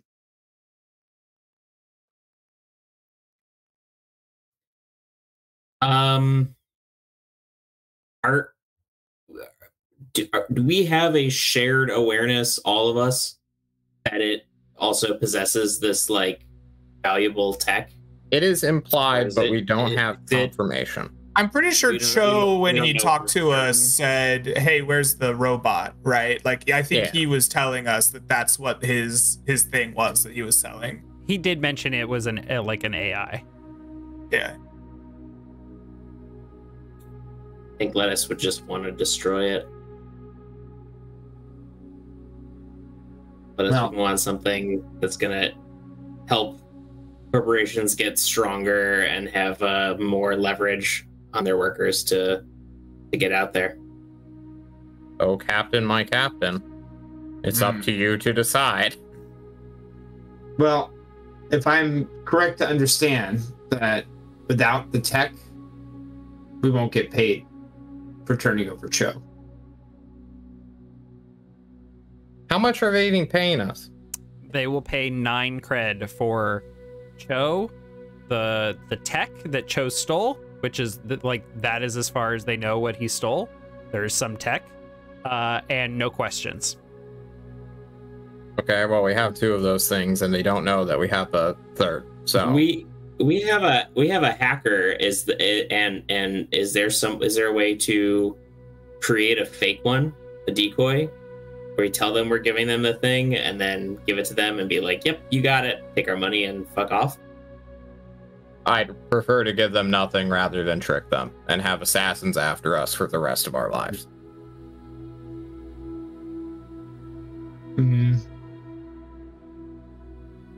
So it doesn't sound like anyone has actually like inspected the robot. It sounds like it's also powered down, like Sunny's kept it that way. Yeah, I don't want to hook it up to our ship. But there's an AI in there. I don't want it getting into our ship systems. Right. And you all would just generally know that AI are like they're outlawed. So like you all don't have knowledge about AI. It would be extremely difficult to replicate. What if we give it to Like- Vorax and then call the cops on him? What's yeah, They're not having an AI. Would Dax be okay with that? Dax will be easily pushed around. If you want to push Dax around, you can get his character off of the spot. I don't really want to give it to Vorax, but whatever. I wonder if maybe we could give it to our original employer, the free people of the shore or whatever. Is that what they paid us to do? They paid us to get Moss Tech, but I mean, I bet you they could use an AI. Pretty sure A corporate faction that we're working with for some reason. This was the They're not a corporate faction. the pod, right? The pod. The pod. The commune of self-declared free citizens. Many former Harkaway Yeah. kids. They basically are trying to create their own independent nation of Yeah, ships. Do we want to give them a reason to be invaded and then blown up because they have an AI? I don't think they would want the AI. I think they wanted the Moss Tech for their own purposes. I mean, who doesn't want an AI? All right, fair enough. If you want to push Dax around as a character, you can. Dax is not capable of standing firm on his principles without like the extreme violence, like the situations of extreme violence. That's fair. I want our captain to decide, though, because I don't want any culpability. That's kind of how I'm running this character. After thinking about it for a second, I think Sunny will say, Dax, I want to turn this over to Vorax. I know you don't trust Vorax. And you know what? I don't trust her either. Is it her or him? Or do we know? No, we never met It. I don't trust it either. Yeah. No, I'm telling you, they're conspiracy nut, man. nothing good could come from letting them have powerful tech. What if we make a stipulation that they have to expose Mianbao, or we won't give it up? Like, that's fine, right? We'll take down one shitty corp, but I promise you this guy is gonna do something nasty with it. Do what you have to do, man. Do what you have to do. Honestly, I need like 9 pounds of drugs in my system right now or I'm gonna freak out, okay? I'm stressed to the brim, and this guy, like, had a real sad story about his family, man, and he was gonna harvest his organs. I need some drugs. I throw you a vape pen filled with LSD. Oh god. Oh!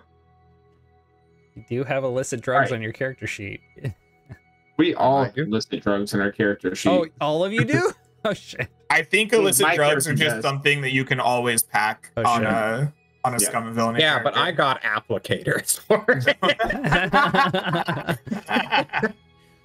So I think we're gonna turn this AI into Borix. But I think we would I want to ask for a stipulation when they contact us, be like, we'll do this for you, but you have to expose Mianbao for creating an AI. And if you don't, then we're gonna know and we're gonna remember.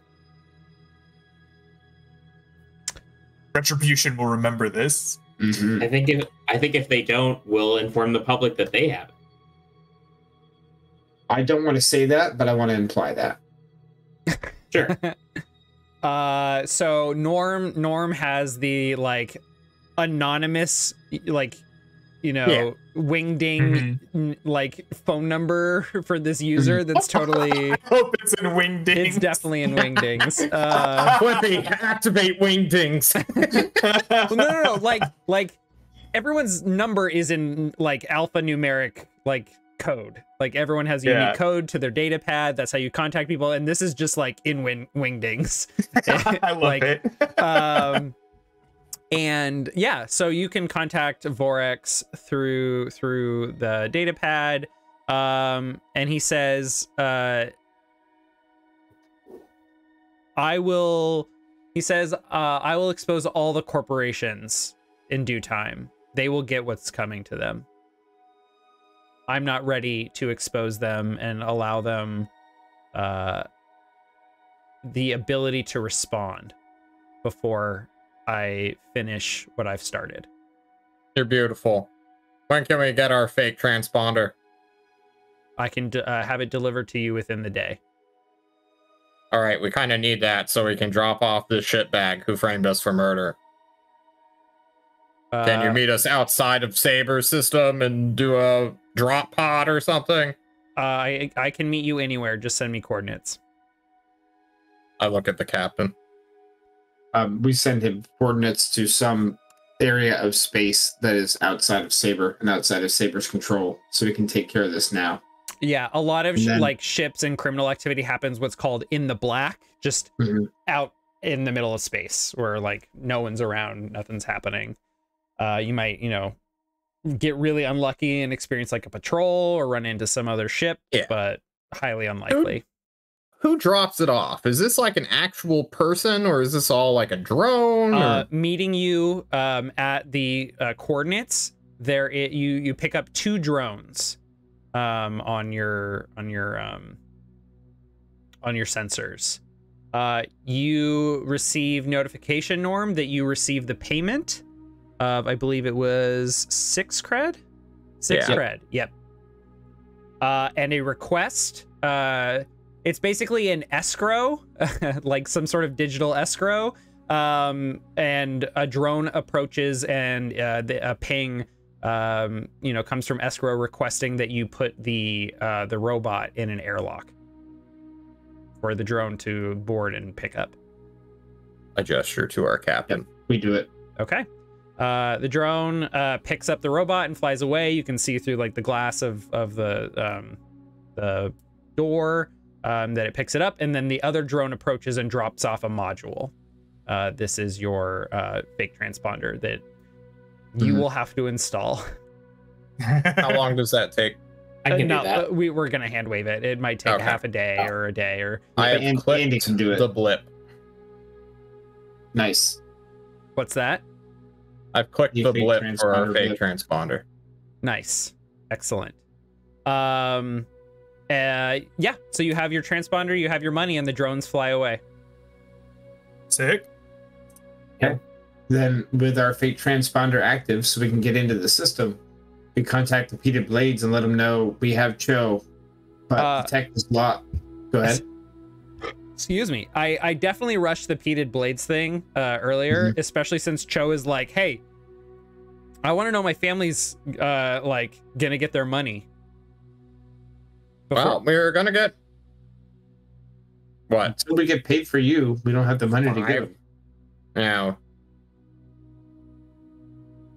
I don't have assurances that my family is gonna be like taken care of. It's a good thing we got your confession on tape while you were talking to us then. I confessed to stealing your shit, whatever that means.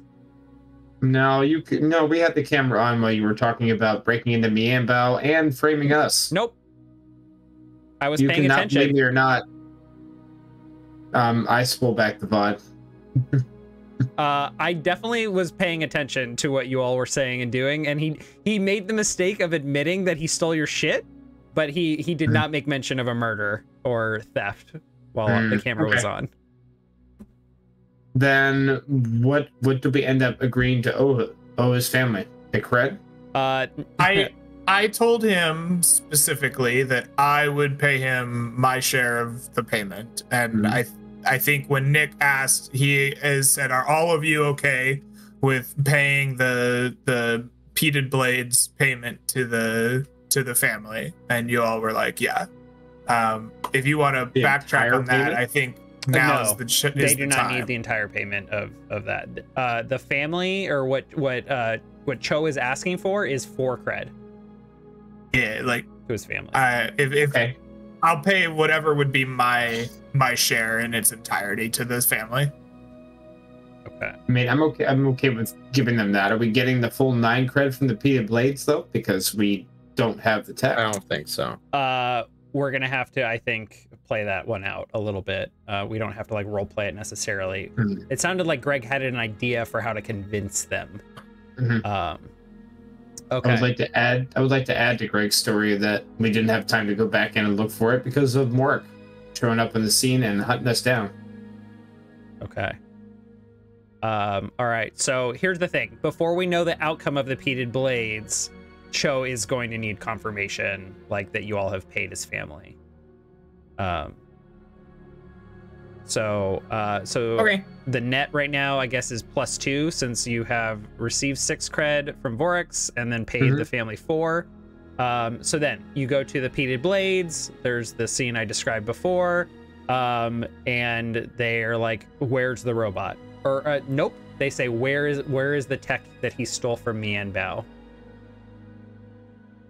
That's part of the contract. I think I described to them that we were fighting, and when Morik came, I was in the room, and we had to act quickly, and I described the firefight briefly, and I say, I remember seeing the VI chip, but I didn't have a chance to grab it in the firefight, and so if Morik doesn't have it, then it's in the hotel room, lying on the floor next to some takeout. The evidence locker for the police. Or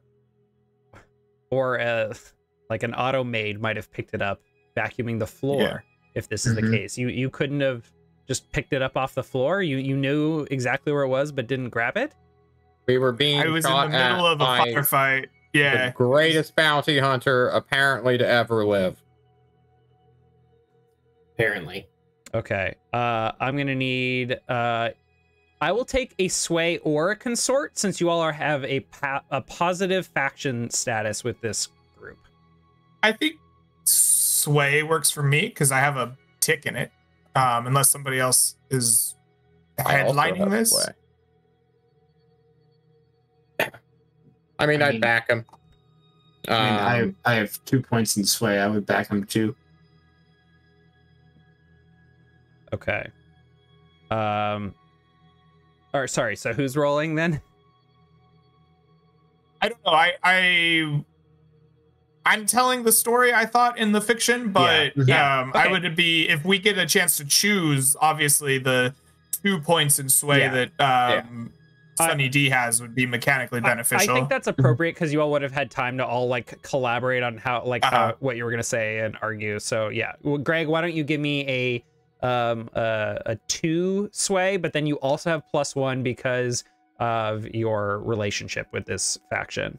So 2 sway +1 is 3 dice total. Yes. So I'm gonna roll. So is this risky standard? Does it matter? It's just a fortune roll. There's no. Okay. I will roll fortune instead of sway. So fortune with 3 dice is what it's going to end up forget being. that you can't select fortune as an option in these sheets. Fortune with 3 dice. Okay. No notes. That is a 4. That's a 4. So I think on a 4, the lead knife of the Peated Blades, who is Pasha Ko, Pasha being a title, and their name is Ko. They are sly, sartorial, corpulent, and decadent. Oh wow, these are all fancy words that I will need to look up later. But Pasha Ko is wearing a fez, and they have a big goatee. Ko is not convinced by your argument. He's like, listen, I know you all are young mercenaries, young bounty hunters, whatever you're calling yourselves, but you know, a contract is a contract. You need to meet all, and he's like begins lecturing you all on how to be bounty hunters. But then your contact, which I believe is you have Tyura as a contact, but you all are also in a positive status with them. So I think one of the knives that currently works for them, probably I have 2 names here. I'm gonna go with Oya, Oya. She steps in and is like, hey, listen, like the Peated or the Retribution, they're cool. Like, just take it easy on them, Ko. They're not, they haven't been around as long as we have. They know Tyura too. And then he's like, very well, very well. So you all get the full payment of 9 cred. If you had completely succeeded, you would have gone up in status with them, and they would have respected you. But their leader is a little annoyed at your greenness. Okay. Yes. Okay. So you all walk away with a total, a net sum of 11 cred. Sweet. Okay. Yeah. Well done. Okay. At the on the other side of our break, which we'll take right here, we will do upkeep and all the other downtime stuff and figure out what our next score is. We will be right back. All right, we're back. So you all are currently on the planet of Saber. You've turned over Cho. You've gotten your loot. Let's go ahead and do some downtime activity stuff. So first and foremost, oh my goodness, excuse me. As a reminder, downtime is a break for the players. These are there is not supposed to be threats or dealing with obstacles. There's no high energy sequences. It's a reprieve for us as players to focus on quieter parts of our story and explore personal aspects of our characters. And then it's also a shift in mechanics. So generally it's kind of open play for us to kind of figure out what our next job is, gather information, follow up on some interesting things. So, feel free to just let me know what your character is interested in doing right now. And then when it comes to the downtime activities, those are the only ones that you're limited in how many you can do during this downtime before you all decide what your next target is. So first is payoff, which we've done. You all made 11 cred, kind of between paying 2 different groups and reaping rewards, double dipping, which is great because 10 plus is considered the highest tier of reward. It is a treasure trove, enough to buy a small ship of your own. Plus you all got a module, which is dope. But Ship parts wear out, there are fuel and repair costs and minor patch jobs to handle scrapes and dents from flying through space.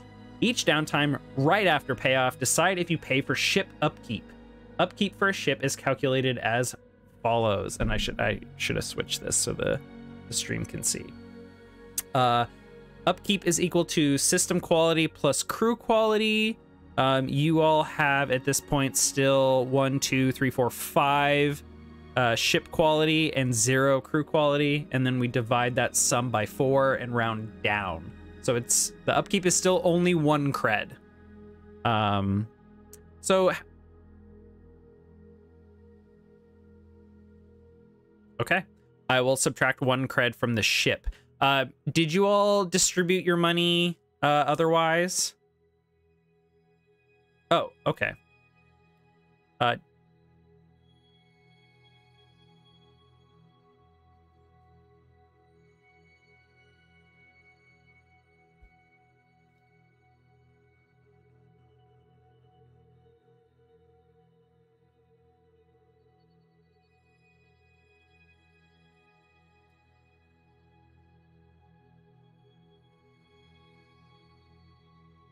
Oh shit! I'm that so it worked sorry. out really. Tell Dax that it worked out really well, paying off that family because it got us a chance to get our money from 2 factions. So we're not using your share; we're using the crew's share to pay it off. Sorry that way about each that. person gets 2. I had accidentally not unmuted y'all. Oh, so we've been talking to the wall. Yeah. So Oh, no. really quickly, the crew decided to take their 11 cred, put 2 in the ship to max it out on cred, and then distribute the rest 4 ways. 2 each. Yes. I think that's a summary of everything that was That is discussed. a good summary. Okay. Okay. Sorry about that. Okay. All right. So everyone mark your 2 cred, and then we'll move on. All right. Moving on to heat. The sector is full of prying eyes and informants. Anything you do might be witnessed. There's always evidence left behind. Excuse me. God, I'm very burpy today. To reflect this, your crew acquires heat as they commit crimes. This represents the amount of pressure the local system police and law authority can bring down on your character. Blah, blah, blah. So most of this took place on Warren. So I'm going to consider all of the heat to go into the Rin system. I know you all did do some digging and exploration in Diana and Minerva at first, but I don't think you would have attracted too much heat there since you were already hot there. So looking at the kind of breakdown, was this completely quiet? Others are blamed? No? Nope. Smooth and quiet? Low exposure? No. Nope. Contained? No, this sounds more like loud and chaotic. I think that is a perfect description of what went down. I wouldn't call this wild and devastating, though. So that's, let's see, 4 heat. There are also actions that garner additional heat and attention from the law, like a high-profile target or a well-connected target. I mean, this guy had a bounty on him, so that's definitely, like, +1 heat right there. No one was killed. Was there massive property damage or illegal weapon use?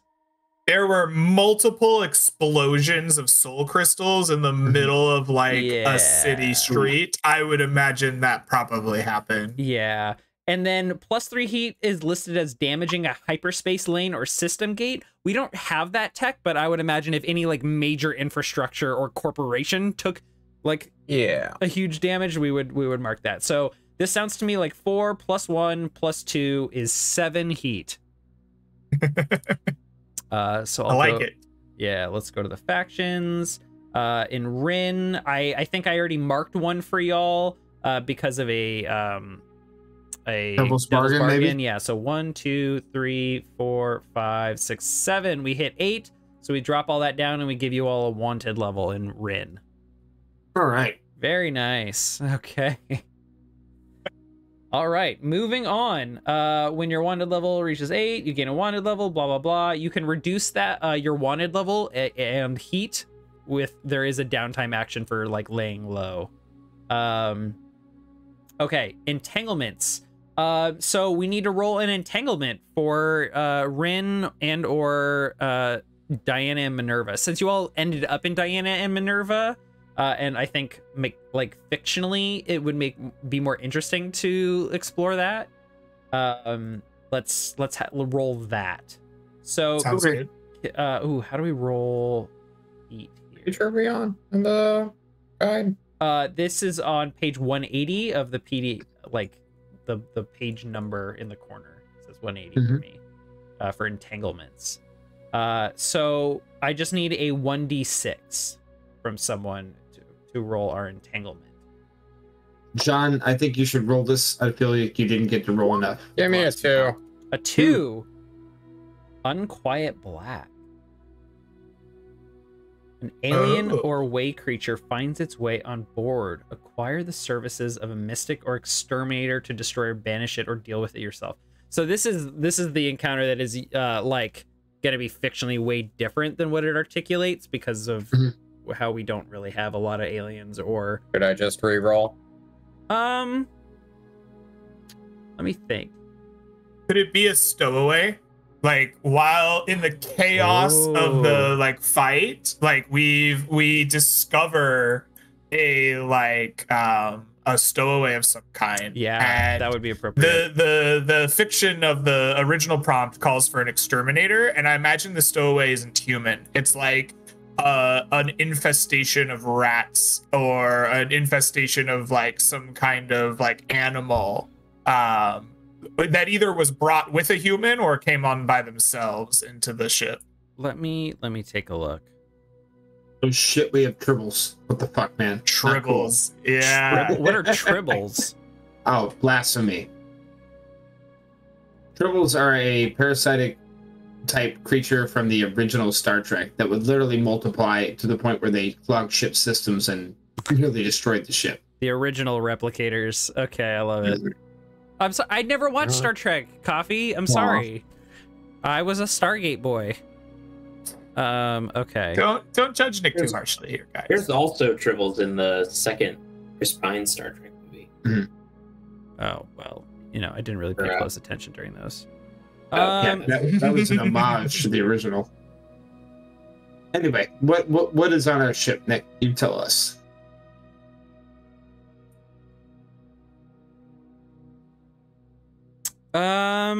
Ooh. I think that you all begin to have strange dreams. Oh man, I need to think about how this would manifest. What is the most physically painful moment of each of your characters' lives? Because you begin to dream about that moment. That memory. Probably getting blasted to a second tier of a moon city with 6 rocket packs strapped to my chest. That might have hurt a little bit. Yeah? Did you slam into something? I don't know, but I'm bruised. This is the most damage Norm has ever faced in his entire life. Yeah. So, Norm, you start to begin dreaming about this rocket blasting, and even in moments where you were ready to hit the detonator button and were expecting to be blown up into oblivion, you start to also have kind of experiences of that as well, and you feel like something is visiting this upon you. How about the rest of you? Does it have to be a physical harm? Yeah. Well, yes. Okay. In that case, I think the physical harm would have come during the Aphrodite pharmaceuticals trials. I think that one of the many things that they did to try to make their super soldiers is to make them resistant to pain. So I think they had essentially a torture machine. They would load you up on their experimental drugs and tell you not to feel pain, and then give you large amounts of it through various means, right? But they essentially had corporate machine to just inflict it on you, like shocks and other things. And they were trying to get you to use way power to stop it from happening. Okay. Yes. Yeah. Okay. But more specifically, not to like stop the machines, but to like ward off the pain. Okay. Yeah, and I think that is the nightmares that Dax gets. I see. Sunny and Lettuce. I think Sunny will think back to heat. Pure heat that makes you sick and sweat and then just feel awful from the time that he was mining soul crystals. And it's what got him out of that and into working on ships and eventually piloting ships, because he couldn't stand the heat of the lava planet that he was on. Even with special gear, doesn't matter. Still too fucking hot. And I do like and appreciate that that's more of like a chronic pain, like constantly subjected to it. Yep. How about you, Lettuce?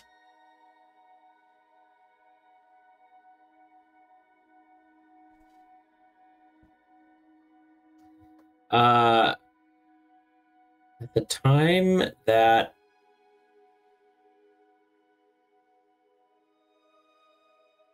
I assume some sort of betrayal by their uncle on the streets of Warren, in which like Lettuce is watching his older brother, well, not even Lettuce yet, still Dick at that point, watching his brother just like try to help them survive, and this guy who just doesn't give a shit about them.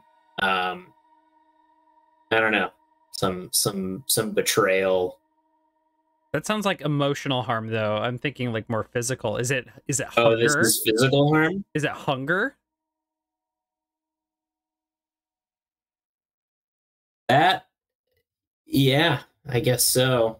Be a hunger. Yeah. You're starving on the streets. Yeah. Okay. You all, over the next few days, are going to have recurring dreams about these types of pains. Like these deep, like, both physical and emotional, but like the physicalness of it, like, seems to reverberate throughout each of your dreams. And in the back of your mind, you feel like you're being watched, and that there is a voice present that is like not yours, but is agonizing over each of your pain with you.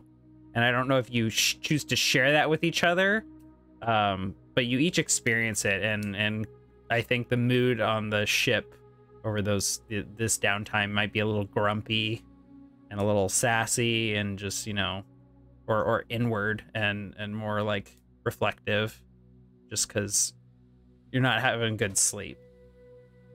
And by the last day, you begin to hear like screams, not your screams, but like in those moments of the dream where the agonizing pain is at its worst, you hear voices screaming. And I think Dax in particular, you see a person watching you. It is a person whose body is scarred over, whose eyes are deep set and black, and their hair a huge mess, their clothes ragged. And as you Is this happening in my dreams? Yes. Yeah. So I'm not like conscious of this. This is just an experiential thing. Yes. Okay. Yes. And you can see them watching from like the experiment booth, and they are like, their eyes are just wide open. And at one point in your dream in particular, they stop everything that's happening. They rush into the room, pull you out of the machine, and they go, they tested on you too? Yeah, did. Thank you. These bastards. Look at them. But you touched it, the AI, the device that they all want. What? You gave it away? How could you? I couldn't help it. I had to go. I had to let it go. You are way touched. We will be keeping our eye on you.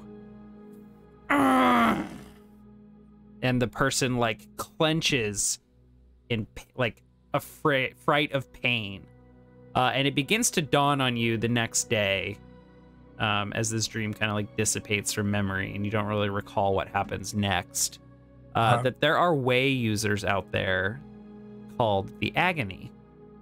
A lesser-known group of humans said to have tried to mix their powers of the Way with animal DNA splicing tech stolen from Aphrodite Pharmaceuticals to become apex beings and access the universe in unsettling ways. They are named as such for the painful screams that they make when using their abilities. Ooh. And they are going to continue to visit upon you, not consistently, but every now and then you all will have nightmares as the Agony will use their Way power to check in on you and see what's going on and basically read your minds and see what kind of mess y'all are up to. So you're going to need to be careful about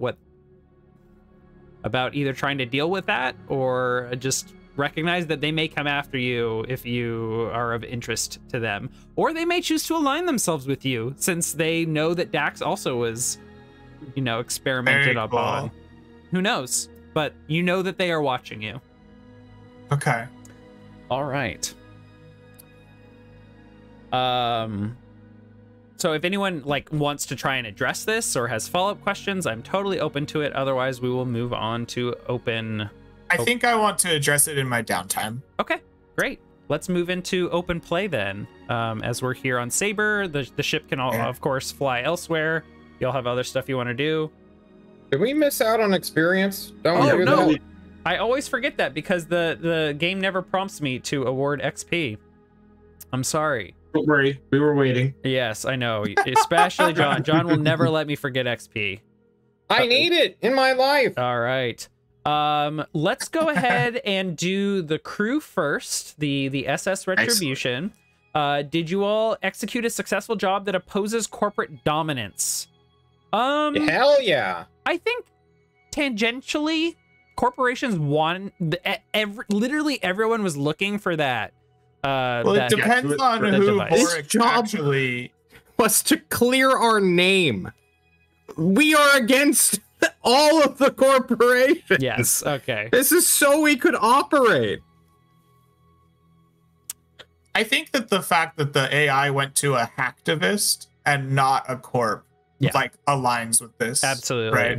You all could have gotten paid probably even more money than you were given, but you all, I don't think it would have been a rebellious campaign if I had even let you all consider that.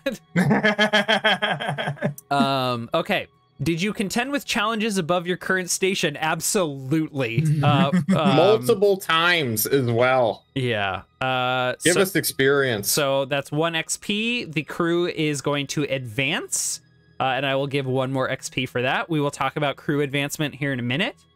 Did you bolster your crew's reputation or develop a new one? You all are daring? Yes, absolutely. You went after a huge bounty. You went toe-to-toe with an award-winning bounty hunter. John just marked 2 XP.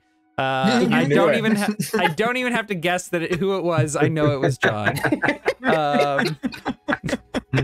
Oh, he drank water. Did we get a spit take there? Oh, no. Okay. He swallowed. I was watching. Okay. And did we express the goals, drives, and inner conflict or essential nature of the crew? I think so. I think, yeah. At the very least, I think we explored some conflict about Vorix and the trust of him. Yeah, there was lots of discussion. I'm not even entirely sure what Norm's goals are at this point. It could be, we need to put him on suicidal ideation watch, or what? I don't know. Your approach to that situation was kind Give of us the level up. my mind. That's what I want. All right, we can go into that shit later. Okay. That's my Blades in the Dark book. Okay, let's go over to crew advancement. On page 51, John, and anyone else that wants to follow along. So, Nice. at the end of a session, review the crew. Well, I think this is just in between jobs. Review the crew XP triggers, mark XP, blah, blah, blah. When you fill your crew advancement tracker, clear the marks and take crew advancement. You have many choices when advancing your ship and crew. An advance may be an additional crew ability. So, for example, we could take like Old Hands, Forged in Fire, Sympathizers, etc.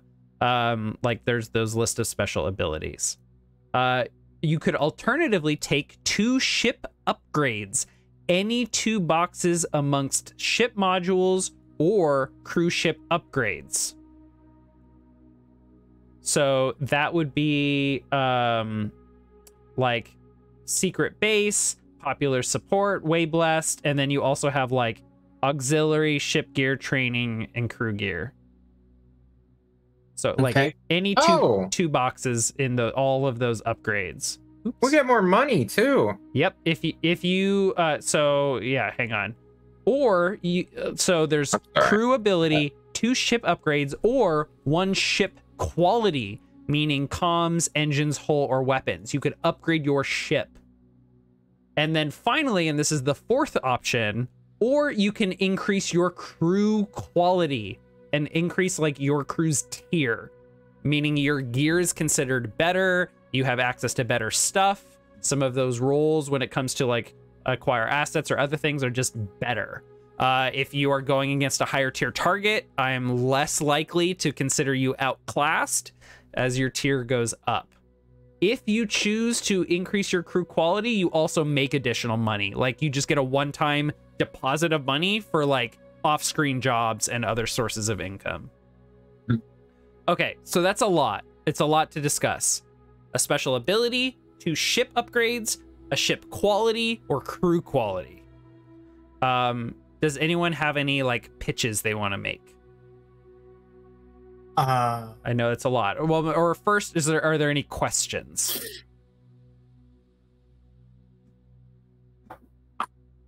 I mean, we have to pick something. Seems doesn't sound like there's questions. I'm sorry. It's I think at the beginning of our character creation for the crew, we had identified one of these abilities as the next thing we wanted to get. Yes. Was it Old Hands? It was Old Hands. Let me go over. Let me go over changes in faction status, because I don't think you all are going to be at war still, but let me just double check here. So with Vorex, you all helped him out. You get 1 status with Vorex. Because you got that partial success on the roll with the Peated Blades, you are not increasing status with them. And then Morik. So you didn't do a job with Morik and you beat the shit out of him. You killed his robot, which is really scary. But he started the fight. He does respect you all, so you are in fact gaining 1 status with him. He's a professional. Like he's not taking it personally. I like it. He's like, oh yeah, I would work with them if I had crazy. the opportunity. Just my type. They're fucking nuts. Like they've got, they seem to have a weird and unique skill set. Sure, I'd work with them. You get like you get a text that's basically just his business card attached. Like you get like a LinkedIn link. I get a LinkedIn. Yeah. And it's just like his headshot and it's just assassin or bounty hunter. Nice. And he's just, I like if assassin is crossed out. Yeah, it's assassin crossed out, bounty hunter, and he's just like followed by thousands of people. And then you did get your name cleared. Cho did provide a confession as part of the arrangement to get his family off world and like help them out. So your negative status with me and Bao is removed. Oops, nope, that's not a -2. That's a 0. Penitence Civic Services is still pissed off that y'all broke out, so you're still at -1 with them. Musk Nadar and Ma News Network are now covering the fact that you all were framed, and they still want an interview, and you're still at +1 status with them. I think that's it. So you actually have quite a few positives, and you still are pissing off Moonlock because you stole their motorcycles. And that's the closest you are to war. They have put out a bounty for y'all. It's just like capture them and or our bikes, and it's a small reward. Like, I like it. Other bounty hunters like Morik would not take that job. It's not worth it. So just with all that in mind, we can go forward. Yeah, so it sounds like Old Hands might not be as useful as we thought it might be when we first saw it. Yeah. So does anybody else have thoughts about what might be cool then, if that's not where we're going? You know, now that John has realized how to play this game, just memeing is looking super enticing, guys. I don't know if you guys want more experience, but when your I'll throw my hat in for that or modules, like training modules. But how many right things have we done so far? We have done a lot. I've cleared my name. by paying off Cho's family. That to me seems like the right thing. That would be worth the experience. What else have we done that's been worth the experience? I don't know. One extra crew experience seems legit, though. I don't know. So one of my principles or like agendas while playing this game is I like be a fan of the crew and lean into their abilities. So I like will whatever you pick, I will definitely lean into opportunities to highlight it. What does leveling up the crew quality do, if anything? Yeah, so crew quality comes into play. Like some roles, I will like lower your effect. Wait, sorry, hang on. ApolloNik end the Fed? I'm not quite sure what you mean, Koro-sensei. Please clarify. So like if you're up against a higher tier faction, you might like lose effect level for being just like having shitty equipment and just like shitty gear. So that can help. Crew quality is also used to determine things like acquiring assets and the quality of the asset you're acquiring. So you just in general have access to better stuff. It does increase your it can increase your upkeep cost. I'm trying to recall what other instances crew quality. It looks like it gives us more to our stash as well. Yeah, you do get like a one-time deposit of funds equal to 4 times the new crew quality, so y'all would just get 4 cred. But we also cost 8 cred to do it. Advancing crew quality also has a cred cost equal to 4 times. Well, we just get to do this for free since we leveled up our crew. Oh, okay. So yeah, we got one thing for free, and then outside of leveling up, we can also increase our ship by putting money within it, which makes sense, I guess. But I'm looking at profit. Each time the crew advances, each PC gets stash equal to the crew quality plus 2 to represent profits generated by the crew. Oh. Yeah, cool. It's underneath crew advancement. Okay. You guys like money? I do like money. Doing crew advancement would be nice. But I feel like all of us have fine tools and the things that we're good at and that we're using right now. Like, I'm not sure if crew quality is needed. I guess getting money is nice if we want to buy something else. I like money. I might be downplaying how effective you should have been against Morik. Like maybe he's like 3 tiers above y'all.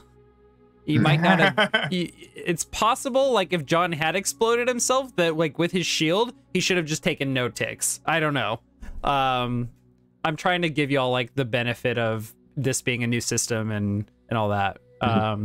But the way I've played it before, like if you're going toe to toe with a faction that's much higher tier, you should be very ineffective and be constantly punished. And I feel like I did portray that with the Morik fight. So I feel like we had some creative ideas. Two of our crew members go completely, AWOL a little bit. We have our first traumas. We barely probably got out of that, to be honest, right? Yeah, I'm one stress away from getting a trauma right now. Same. I mean, you all are also like being very liberal. We need to knock this out. Yeah. Can we not go into retrospective time real quick? Can we make a decision on what we want for our crew upgrade? Sounds like you want to upgrade the crew, but go for it. Are there any other pitches? Go ahead, Brian. I only have one other question. If we're getting modules and stuff for our ship, how much does that cost? Since we're getting a whole bunch of extra cred for upgrading the crew if we do it. Yeah, modules cost, I think, 6 cred each. Yeah, it's 3 times the system quality, but I don't know if we have any. Oh, I see. So, like, you all have 1 module in each of comms, weapons, hull, and engines. Okay. So, and you can only have as many modules as you have quality. So the only one you could get another module in would be engines, and it would cost, what did you say? 4 times? 3 times system quality. Oh, okay, yeah. So that would be 6 for a new module in engines. And then for a third one, it would be I think we should upgrade crew, because then we can unlock more stuff in the future. What about for ship gear and crew gear? How much does that stuff cost? Or can we only do that when we upgrade the advance? So the ship gear and crew gear and all of the other upgrades like training, auxiliary, and other cruise ship upgrades, if you chose that option, you could get 2 boxes. Right. If we want to do that without choosing the option, if we want to pay for it. Oh, I'm sorry. I think we should pay for a medical pay at some point to get +1 dice on recovery rolls because we're beat the crap up. Like, how much do those cost? Faster. I agree with John. Let's upgrade the crew. But I would like to know how much those cost as a reason to spend some of that money. Yeah. Well, it goes into our stash, right? It doesn't go into, like, our hands. So we won't be able to access that unless we pull out credits from our stash. Okay. So we'll still have to play the economy game and pool our money together as, like, individuals for an upgrade. Mm-hmm.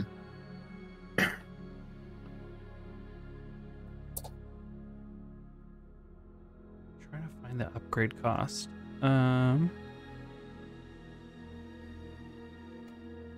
I could be completely talking out of my ass, but that's what I've been reading on the PDF during at least my downtime during the fight. So everything I'm seeing is just 6 cred per box. You can spend cred equal to 3 times the current system quality. Oh, to install a ship module.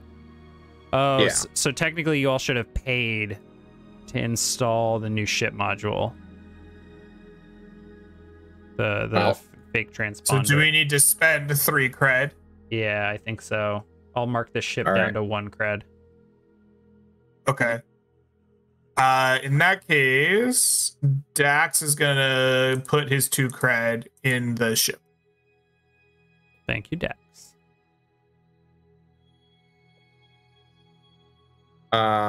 Anyone against upgrading crew? Did anyone have their heart set on something like an auxiliary module or? Not this time. Okay. Let's upgrade crew quality by 1. All right, we will upgrade the crew quality by 1. I think that is a great choice. So on page 51, I'm getting back there. Okay, so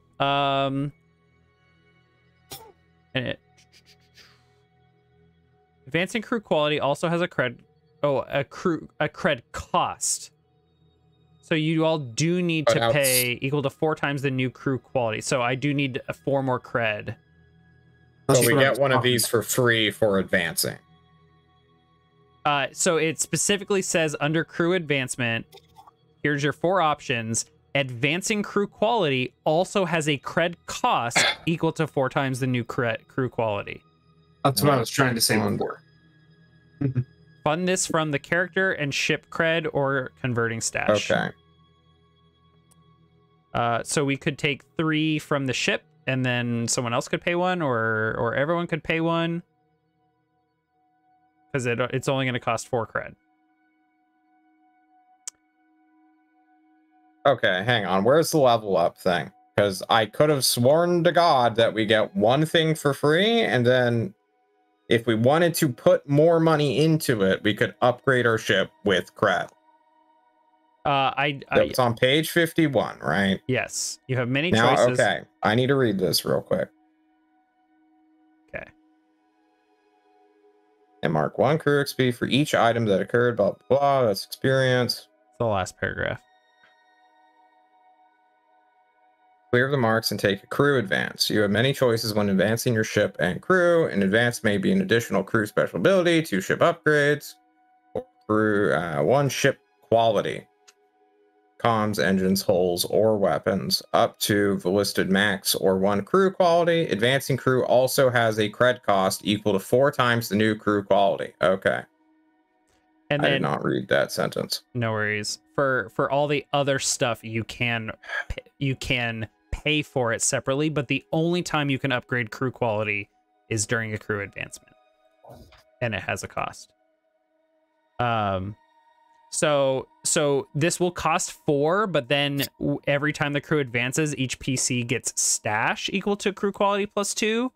So okay, I'm taking 2 cred off. Someone just take the 2 off of this crew then. Okay, all right. We have 4 cred. So now we are advanced to crew quality 1. Now everyone go ahead and mark 3 cred into your stash.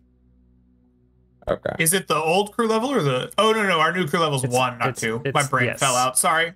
Each PC gets stash equal to crew quality plus 2 to represent profits generated by the crew.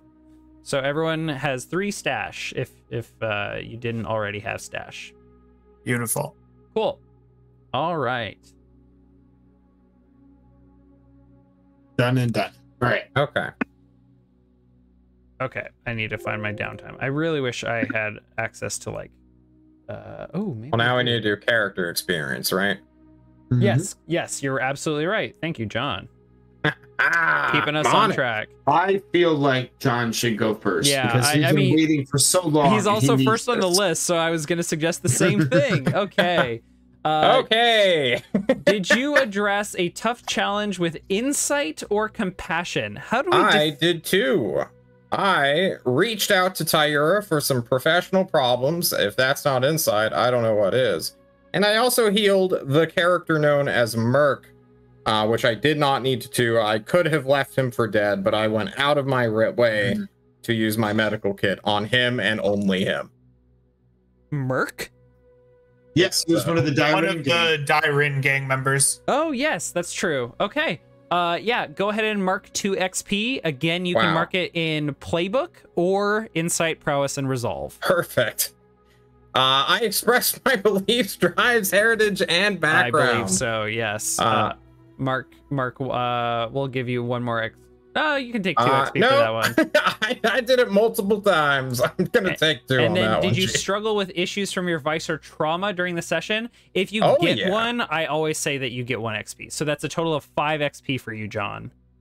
But I got a new trauma, which I do get an experience for, correct? Yeah, I just gave it to you. Yeah, he just said that. When you struggle with issues from your vice or trauma during the session, and I'm counting getting a trauma as 1. You don't get to do that I was twice? expecting to have to fight for it, you know. I'm gonna fight for it. I still think I should get 2 experience for that. No. Why not? Because you just got it and did nothing else afterwards. I played into it. All right, guys. Because I'm going unhinged. Well, I went continue unhinged to in that struggle encounter. with it. continue to struggle with it, and you can get more XP off of it. Okay. I have no doubt you can go unhinged worth 2 XP every single session we go. Well, all right. Just Thank take it you easy. very much. All right. So it looks like you've slotted 3 of your XP. You have 2 more, and then it looks like you've selected a new ability. Moral Compass. When you do the right thing at cost to yourself, mark XP in any category. I sacrificed myself for the team. It didn't play out, and then I jetpacked myself across the way. Yeah. You think you can throw me another experience? Next time, John. Next time. But again, I Okay. think you only marked 3 XP, right? I did not. He marked 2, and then That's he all. marked 2, and then he marked 1. Okay, gotcha. All right, we'll move on I'm to not Lettuce here. Lettuce. When you address a tough challenge with technical skill or ingenuity, how are we defining Yes. ingenuity? Creativity. Being clever, original, or inventive. Yep. Yeah, you did try to hack I that. straight up tried to go Assassin's Creed Batman on a guy, Oh, and that's then true. Protected myself from getting kneecapped by sacrificing a hacking rig. Okay, mark 2 XP for your technical skill and ingenuity as a try-hard Batman. Yep. Okay. Did you express your beliefs, drives, heritage, or background? Yes, you went and visited your uncle. Well, that's right, I did. Anything Yep. else I'm missing? Anything with the kids? The Dairen gang? Okay. No, I didn't really have a chance to. 1 XP No. for that, then. And then you Yep. also got a trauma, so clear your stress and mark XP for that as well. Again, playbook or any of your skills. So that I think was a total of 4. Yeah. Oh, I can count these in like prowess or something instead of Yeah, in yeah. the playbook. Yeah, you advancement. can put them in insight, prowess, resolve, or playbook. I'm gonna keep rolling terribly, and I'll keep them in playbook Based. for now. Okay. All right. We'll do. What about my? Oh, sorry, you're doing XP. Keep going. My bad. We'll do Dax next. Did you address a tough challenge with force or threats? Yes. Take 2 XP, Greg. I believe I did. All right. I'm gonna mark 1 XP in prowess, and that'll fill my bar. Nice. And I'm gonna take my 3rd point in scrap, Hell yeah. and then I'm gonna make 1 XP towards my playbook advancement. All right. Did you express your beliefs, drives, heritage, or background? Yeah, I think so. You were constantly expressive of like what your character wanted, what their goals were, what their interests were. And you kind of role played into the experiment. Of Okay. I'll take 1 for that. I was gonna say 2, but yeah, whatever you Do you like. think 2? I feel like that was more of a 1 XP. I will leave it up to you. Okay. And then did you struggle with any issues from your vice or trauma? Stupor, I don't think you did experimental drugs this time. No, I didn't do any drugs. I don't have any, like, my traumas aren't like playbook traumas yet, so Yeah. I'm gonna say no. And then just going back to the vice stuff, I don't think Norm struggled with luxury. Actually, Yeah, I did. you did, Norm. Uh-huh. He definitely struggled with the like whiskey that was given to him. Yes. that like that he was good didn't want to roleplay. touch. Yeah. and- Okay. yeah. There you go, John. Take your second Oh, XP wow. in that category. There you go. Thanks, Greg. All right. And finally, Sunny D. Did you address a tough challenge with charm or audacity? Audacity. Yeah, always say. audacious. I set a trap and captured a robot with cleaning solution and an electrical charge. I audaciously slammed a speeder bike into a high-tier bounty hunter. You sure did. You're so audacious. Take 2 XP. Did will. you express your beliefs, drives, heritage, or background? Yes, I would say I expressed my heritage, noticing that a soul crystal popped out and immediately shooting it, Yes. knowing it could cause it to crack and explode. Yes. Plus, in my beliefs, I would say that my belief number 2 is I can turn any situation around given enough time mixed with some good bullshit. And I did a ton of different things to stall that scenario. during the more. Yeah, that's fair. All right. Take 2 XP, and then did you struggle with issues from your vice or trauma, vice or trauma? Not. I mean, my vice is gambling. I took a couple of dangerous risks there, but that's more on the audacious side than gambling side. Yeah. It would be specifically having to do with issues related to like card and dice gambling. Yep. Yeah. Okay. So it looks like I am 1 short. Oh darn. Okay. Next time. That's right. Yep. Next time. All right. So we've got about 15 minutes left for the session. Andy, you had a question for me, I think, about trauma stuff. Yeah, I was going to ask how. Yes, trauma. Yes. Okay. So when you maxed out your stress, you got to choose one of your traumas. You chose obsessed. So the way that these work is like you can pick this and roleplay it as much or as little as you want and let it impact your character a lot or a little. But the more you like lean into it, you can get more XP. So a lot of min-maxers will quickly rush towards a trauma to get more XP. So good for you and John. You're just going to be out farming Brian and Greg here. That's always out farmed on XP. So that was always the plan. So yeah, like it looks like you chose obsessed, which is totally fine. It lists like kind of all of them in the book and gives little brief descriptions. You seem to describe like obsessed with like being angry at Ron. Ron and just like upset with this like series of missteps that put me in that position to not be helpful. So is it like being it's self-loathing that I'm projecting onto Ron. Okay. Which is why I picked obsessed. Okay. I could he doesn't have good coping mechanisms. He's an apathetic monster. So Yeah, that's fair. You're enthralled by one thing, an activity, a person, a goal, or an ideology. Yeah, I could see that. Or unstable, the one John also picked. Like your emotional state is volatile. You can instantly rage, fall into despair, act impulsively. So like failure can lead to instability. I could also see that working, but it's up to you which one you want to pick. But I like that. Great. I'll stick with it. Yeah. Sorry, go ahead. Yeah, so unless there's any other questions about like where our XP abilities and stuff are at, is there any like scenes anyone like really wanted to have, or any like anything anyone wanted to follow up on? I have a thing if no one else wants to go. But if someone else wants to go, I want them to go first. Okay. You. Oh. I think that I probably wanted to have Dax talk with Lettuce about the AI at some point. But I'm not sure what questions I have for him at the moment. So I think maybe rather than role-playing out the scene, I think maybe there's just a moment of like gauging the like dangers of an AI, right? I think Dax is a little bit paranoid that they may have just given away like a weapon of mass destruction to a slightly deranged lunatic.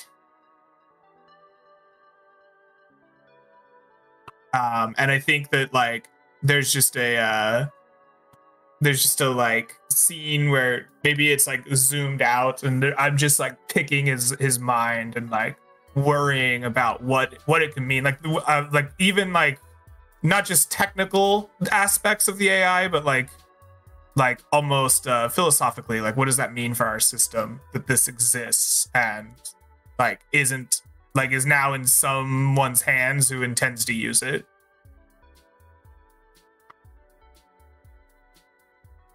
I don't know how good of an audience for that Lettuce would be, because like I said, his feeling of apathy would extend to that as well. I think he's not really thinking forward. He's just sort of like coasting. His initial feelings on whether or not you give the AI to somebody was just like, just destroy it. It's not, if it's so dangerous and so valuable, it's probably worth more to just get rid of it. So, definitely find common ground there. But otherwise, I don't know. I think he'd be more of a sounding board for you then. I think that's okay with Dax, right? Like Dax he sees you as the rigger, and Lettuce as the rigger, and like the one who would have this knowledge. But also Dax is more of a thinker about things that aren't in the present when he's not enacting violence, right? And so your like lack of response, I think he's essentially having the like stoned in a circle, like that 70s show conversation with you. And like, even if you don't have anything to say, he just keeps going. But yeah, I don't really have my own like questions on all of that yet, but I think that is a thing that happens in our crew. Just Dax expressing his concerns about the AI. Sure. I think it, much like other things that have been haunting you in your thoughts during the downtime this session, some of Cho's words ring in your ears, in your thoughts, and how he seemed very over the top with how he described the AI, or how he was like referring to it. Like it was something even more. I'm not sure Dax is even capable of having that thought consciously. Sure. Right? You talk about it in the dreams, but I think Dax doesn't understand there could be more than an AI that's like the biggest boogeyman possible. He doesn't. What's beyond that, The biggest boogeyman, even more than the agony, the actual boogeymen. Yeah, right. Okay. So, Norm. Yeah. Good old Norm Tamaj.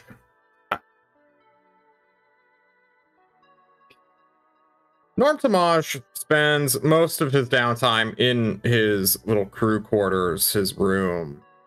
And although there is that, like, urge, maybe compulsion would be a better word for it, to go completely mad, destroy the room, all of the luxurious things at the cruel and often antagonistic world he finds himself in, there is a calming moment where the ability to decompress just for a few minutes in solitude, where no one, some people are still bruised, cut up, and whatever, and he's going to need to get onto his doctor grind.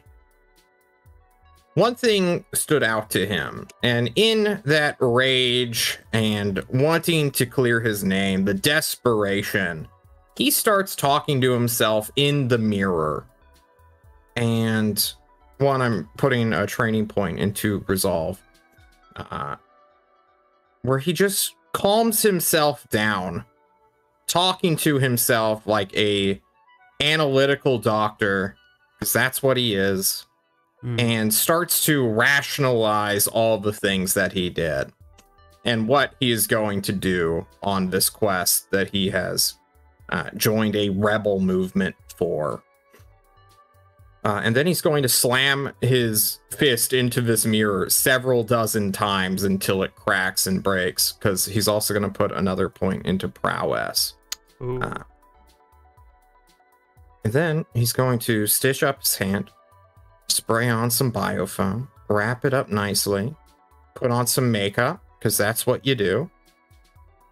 And he's going to go out and start helping his injured teammates for their undoubted medical roles coming up. Fair enough. Okay. I clicked unstable for my trauma, but I didn't even look at them. I just wanted to put them there. he's going to be a little bit more cold going forward. Ah. A little bit more analytical on his choices he makes, even if he is wearing clown makeup to hide his identity from the world. Yeah, I like that. The description for cold: you're not moved by emotional appeals or social bonds. And if that wasn't a one-for-one depiction of I'm going to get this guy to confess no matter what, I don't know what is. Fair. Okay. Well, yeah, I think I don't even know what y'all are using as a quote-unquote medical bay at this point, but Lettuce is bruised, shocked, and has a broken nose. Norm is bruised as well. Let's see. Dax is stressed out. Level 2 harm. I didn't take any harm during this mission. I'm stressed as level 2 harm from previously, and I have dire need of stupor. And then Sunny is bruised and clipped. Wow, I need to get more creative than bruised. All right, cool. Well, that's where we're gonna call it for tonight, I think. I will prepare a job for you all for next time. Especially since the job I thought you all were going to take, which was going to be Cho's plea to help him get out of the system. You all did not seem interested in it at all, so good thing I didn't really prep that or anything else, I guess. So I'll have something ready for you for next time. We'll be Happy back. to fuck up your plans anytime. I mean, I don't even make plans anymore because I know they're gonna get fucked up anyway. So, you know, just build my foundations. Just know what's going on in this system and who could use some help and where the goals align. That's what it's about. Okay. Any shout outs or anything for the good of the order before we go? I'm good. Okay. Yeah, I think. Catch me at Safe, everybody. Yep. Catch me at 8 p.m. on Sunday. I'll be running a super speed run of Dragon Warrior Randomizer. It'll be over within 40 minutes because that's I'm running it faster than that. I'm sure people will be running it faster than me. No way. Do you know what the seed get is? Yeah. That's the whole point of it is everybody knows the seed. You get to practice it beforehand. Find out where you want to go. Find out the way you want to go. Pick your route. Figure out where you're going to get your experience. And then try to tweak it to go as fast as you possibly can. Okay. Nice.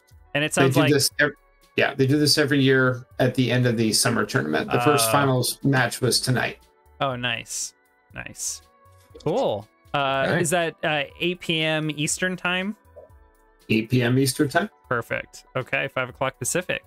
So in terms of shout outs from me, if you enjoy the content, please tell everyone you've ever met or just, follow us. That could work too.